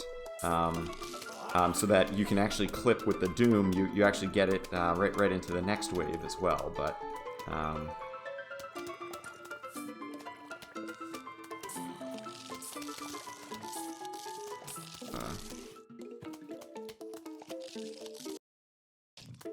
put outside of the screen there. That's a bit silly.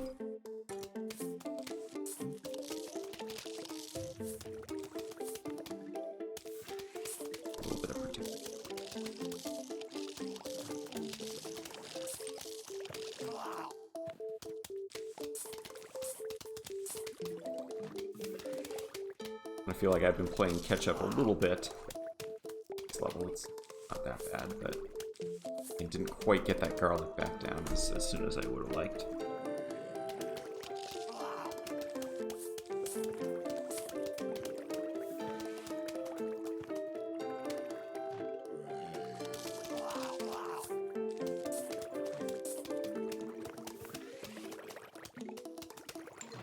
Alright. And of course the game, in typical fashion, does give us a Gargantuar right at the very end here. Final wave. Again, very important. Try to wait. Everyone gets on screen. Double hit. Ugh. No. That's pretty messy. Again, if it weren't for that, I actually would have been right on pace with my gold split. This is a very, very strong level.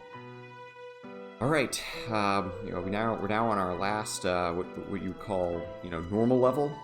Oops, we don't take the garlic here, but we do take the Doom. So again, this level we take a little bit of a chance in that we risk it. We risk it without the garlic. So what that means is that we sort of need to focus on a little bit more defenses for all of our rows. We can't just kind of rely on pushing all the zombies into the middle. But by giving up the garlic, we get to take the magnet shroom. And given the number of metallic zombies that are on that are in the level at this point, it certainly is well worth it.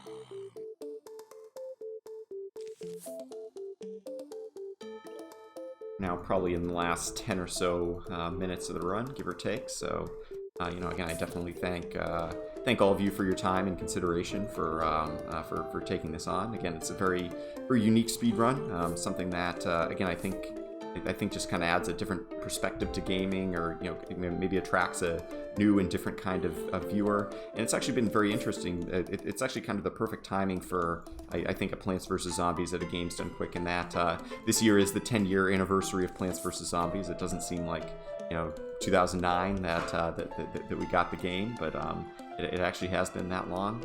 I feel like I date myself a little bit whenever I say something like that, but it's that's the truth. And And and also there was a recent announcement of Plants vs Zombies 3, sort of another true sequel, hopefully to this game, was recently announced by Electronic Arts. Right now, it's in its just in its pre-alpha phase, so it's not hardly ready to go. But again, I think that's very cool. There's been just a lot of hype around the game. I'd say in the last couple months in particular, since the 10-year anniversary and things like that. So it's been it's been a very exciting time for the community, and and for just anyone who has interest in the series at all.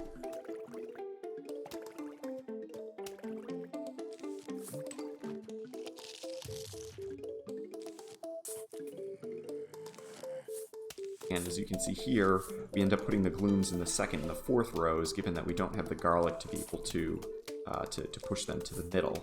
But nonetheless, that usually ends up working out pretty well. You do have to be very careful of the cone heads, and that the gloom can't kill a cone head fast enough. If it shows up in this, if it comes in the same row, it can't necessarily kill it fast enough. But any of the other rows, we're okay. We do have a couple of backup strategies to be able to deal with the cone heads. You can see right there, we have the squash.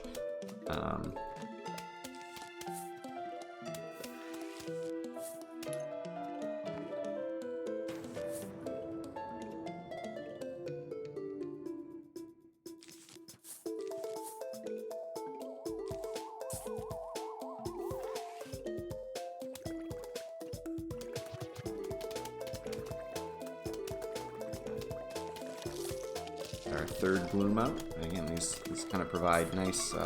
They sort of protect each other pretty nicely. See right there.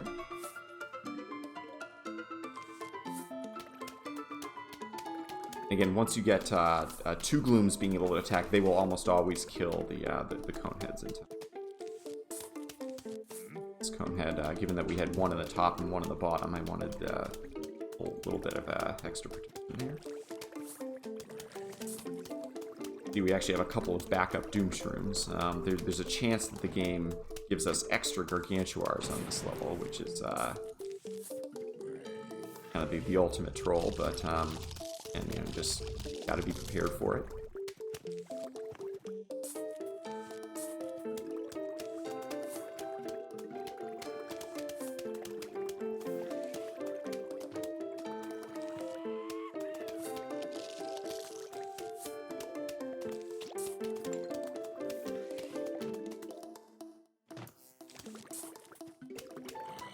Again, I usually find two magnets are pretty good for this flag, and then trying to get four by the time the next flag comes around. Place this. Much confidence.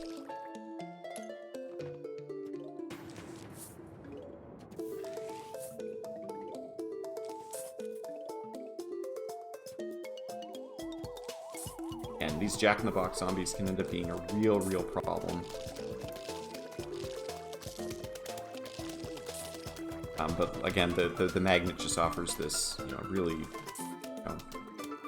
beautiful counter to them. Same thing with the bucket heads. You can see probably about every other wave has some kind of metallic zombie that comes along with it. So again, maybe a little overkill to have 4 magnets like we do here, but and I'm really, it's always better to play safe. There's kind of a lot that can still go wrong with this level, and this actually went very smoothly. Relative. Again, yeah, getting rid of the ladders against the ladder zombies. These things all help pretty significantly.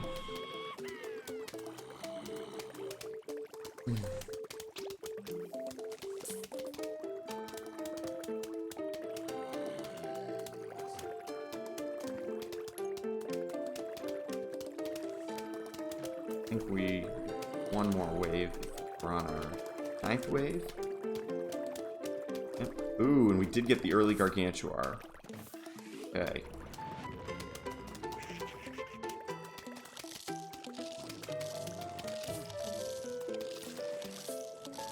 That is really rare. It's been a long time actually since I've been able to demonstrate the early Gargantuar. So I just want you to sort of have the ability to see again another example of something that can go a little bit not in accordance with average. Please kill him. All right, good. Wow. So what happened there, we used our 2 backup Doom Shrooms and then planted another one and got that and the Squash, and those were sort of the combination of the 4 instant plants that we needed to be able to deal with those 2 Gargantuars. So I'm actually very, very happy with the play there. It did mean that we lost a significant amount of time, but probably about 30 seconds, but all in all, it was much better than, again, if we'd let them sort of walk through, and again, it could have ended up costing maybe closer to a minute. So, not bad at all. So again, this is our final level. The idea here is that, you have your same sort of conveyor belt. And you really want to use all of your plants pretty strategically here. The Ice Shroom and the Jalapeno, respectively, actually are very, very good against Dr. Zomboss himself when he makes an appearance, which I know he will. You can't damage Dr. Zomboss now, but every once in a while, he'll sort of lean in, and then you have a chance to kind of unload the different instant plants and so forth to. You see here, like, we use a Jalapeno, and we use an Ice Shroom to freeze him. And now you can see any row that doesn't have zombies in it already. And then we can actually kill this Fireball by using the Ice Shroom. And we'll actually, at this point, just to be a little bit conservative, we'll save our Jalapenos for some of the later rounds. That's pretty good. So each phase kind of goes about like this. Again, eventually we'll get more plants than this, so we'll be able to do more damage. But we're going to be in okay shape. Again, it's technically possible to take a death on this level, but again, we'll be playing it pretty safe this time around. We're not going for any crazy strategies or anything like that. Again, we do actually have quite a few of the instants here, so we'll go like this.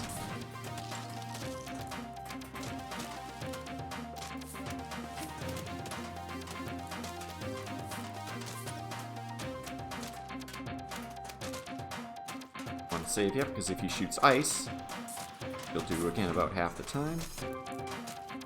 A nice counter to that.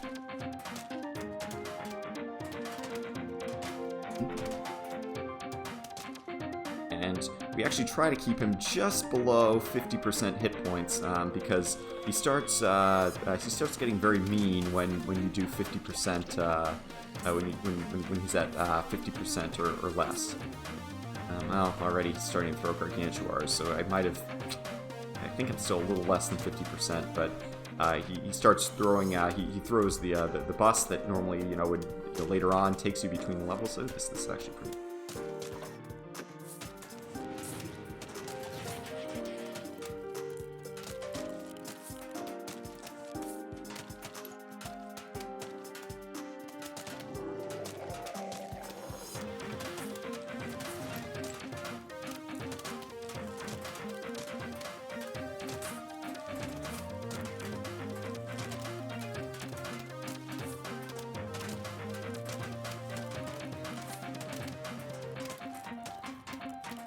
I'm actually not going to try to defeat him this round. I'm going to say I don't think I have quite enough firepower for it, so I'm going to save it for the next round. And I still should actually get a pretty good time, depending on how quick he comes for the next one. So again, actually, the reason that we were planting our melon pults in the way back here was because we wanted protection against that. He throws the bus, which kills all of your plants in a 2x3 square, area.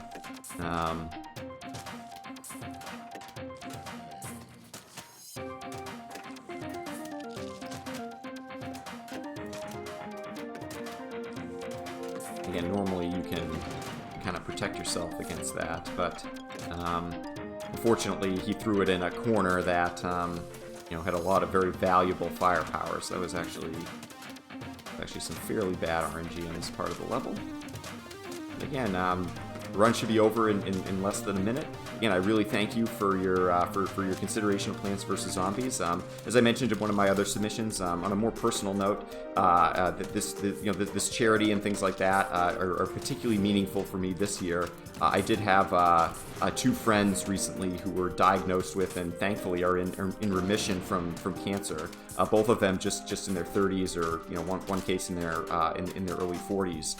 So it's been so this year's been particularly just emotional for me, and not that should go to consideration of whether or not a run gets accepted, but I felt particularly passionate about being able to to do something to help cancer, help victims, help just really sort of do everything that I can. So I've been particularly interested in Games Done Quick. I've been following Games Done Quick really since its inception, back in the days of Speed Demos Archive. But now sort of with what's been going on personally, it's been very it's just been very very extra meaningful for me to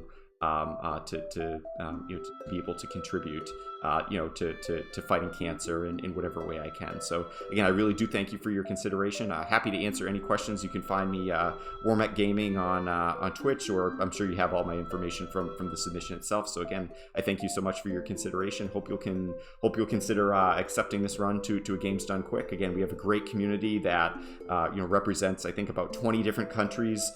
We've seen improvements in nearly every category within the last year and really within the last 6 months. So it's one of the fastest growing speedrunning communities, I think, on speedrun.com. And again, it's really, it would really be terrific. And, we'd love to be able to share our game with the community and certainly to help support such a great cause. Anyway, again, thank you so much for your time, for taking the last almost 3 hours and 33 minutes and 33 seconds to listening to this. Again, I thank you so much for your consideration and hope you have all a good day. And for those of you in the Florida area, again, I do hope that as Dorian makes its way close, that you stay safe and that all is well. That's very, very important. So again, thank you again. Take care and have a good day. Bye-bye.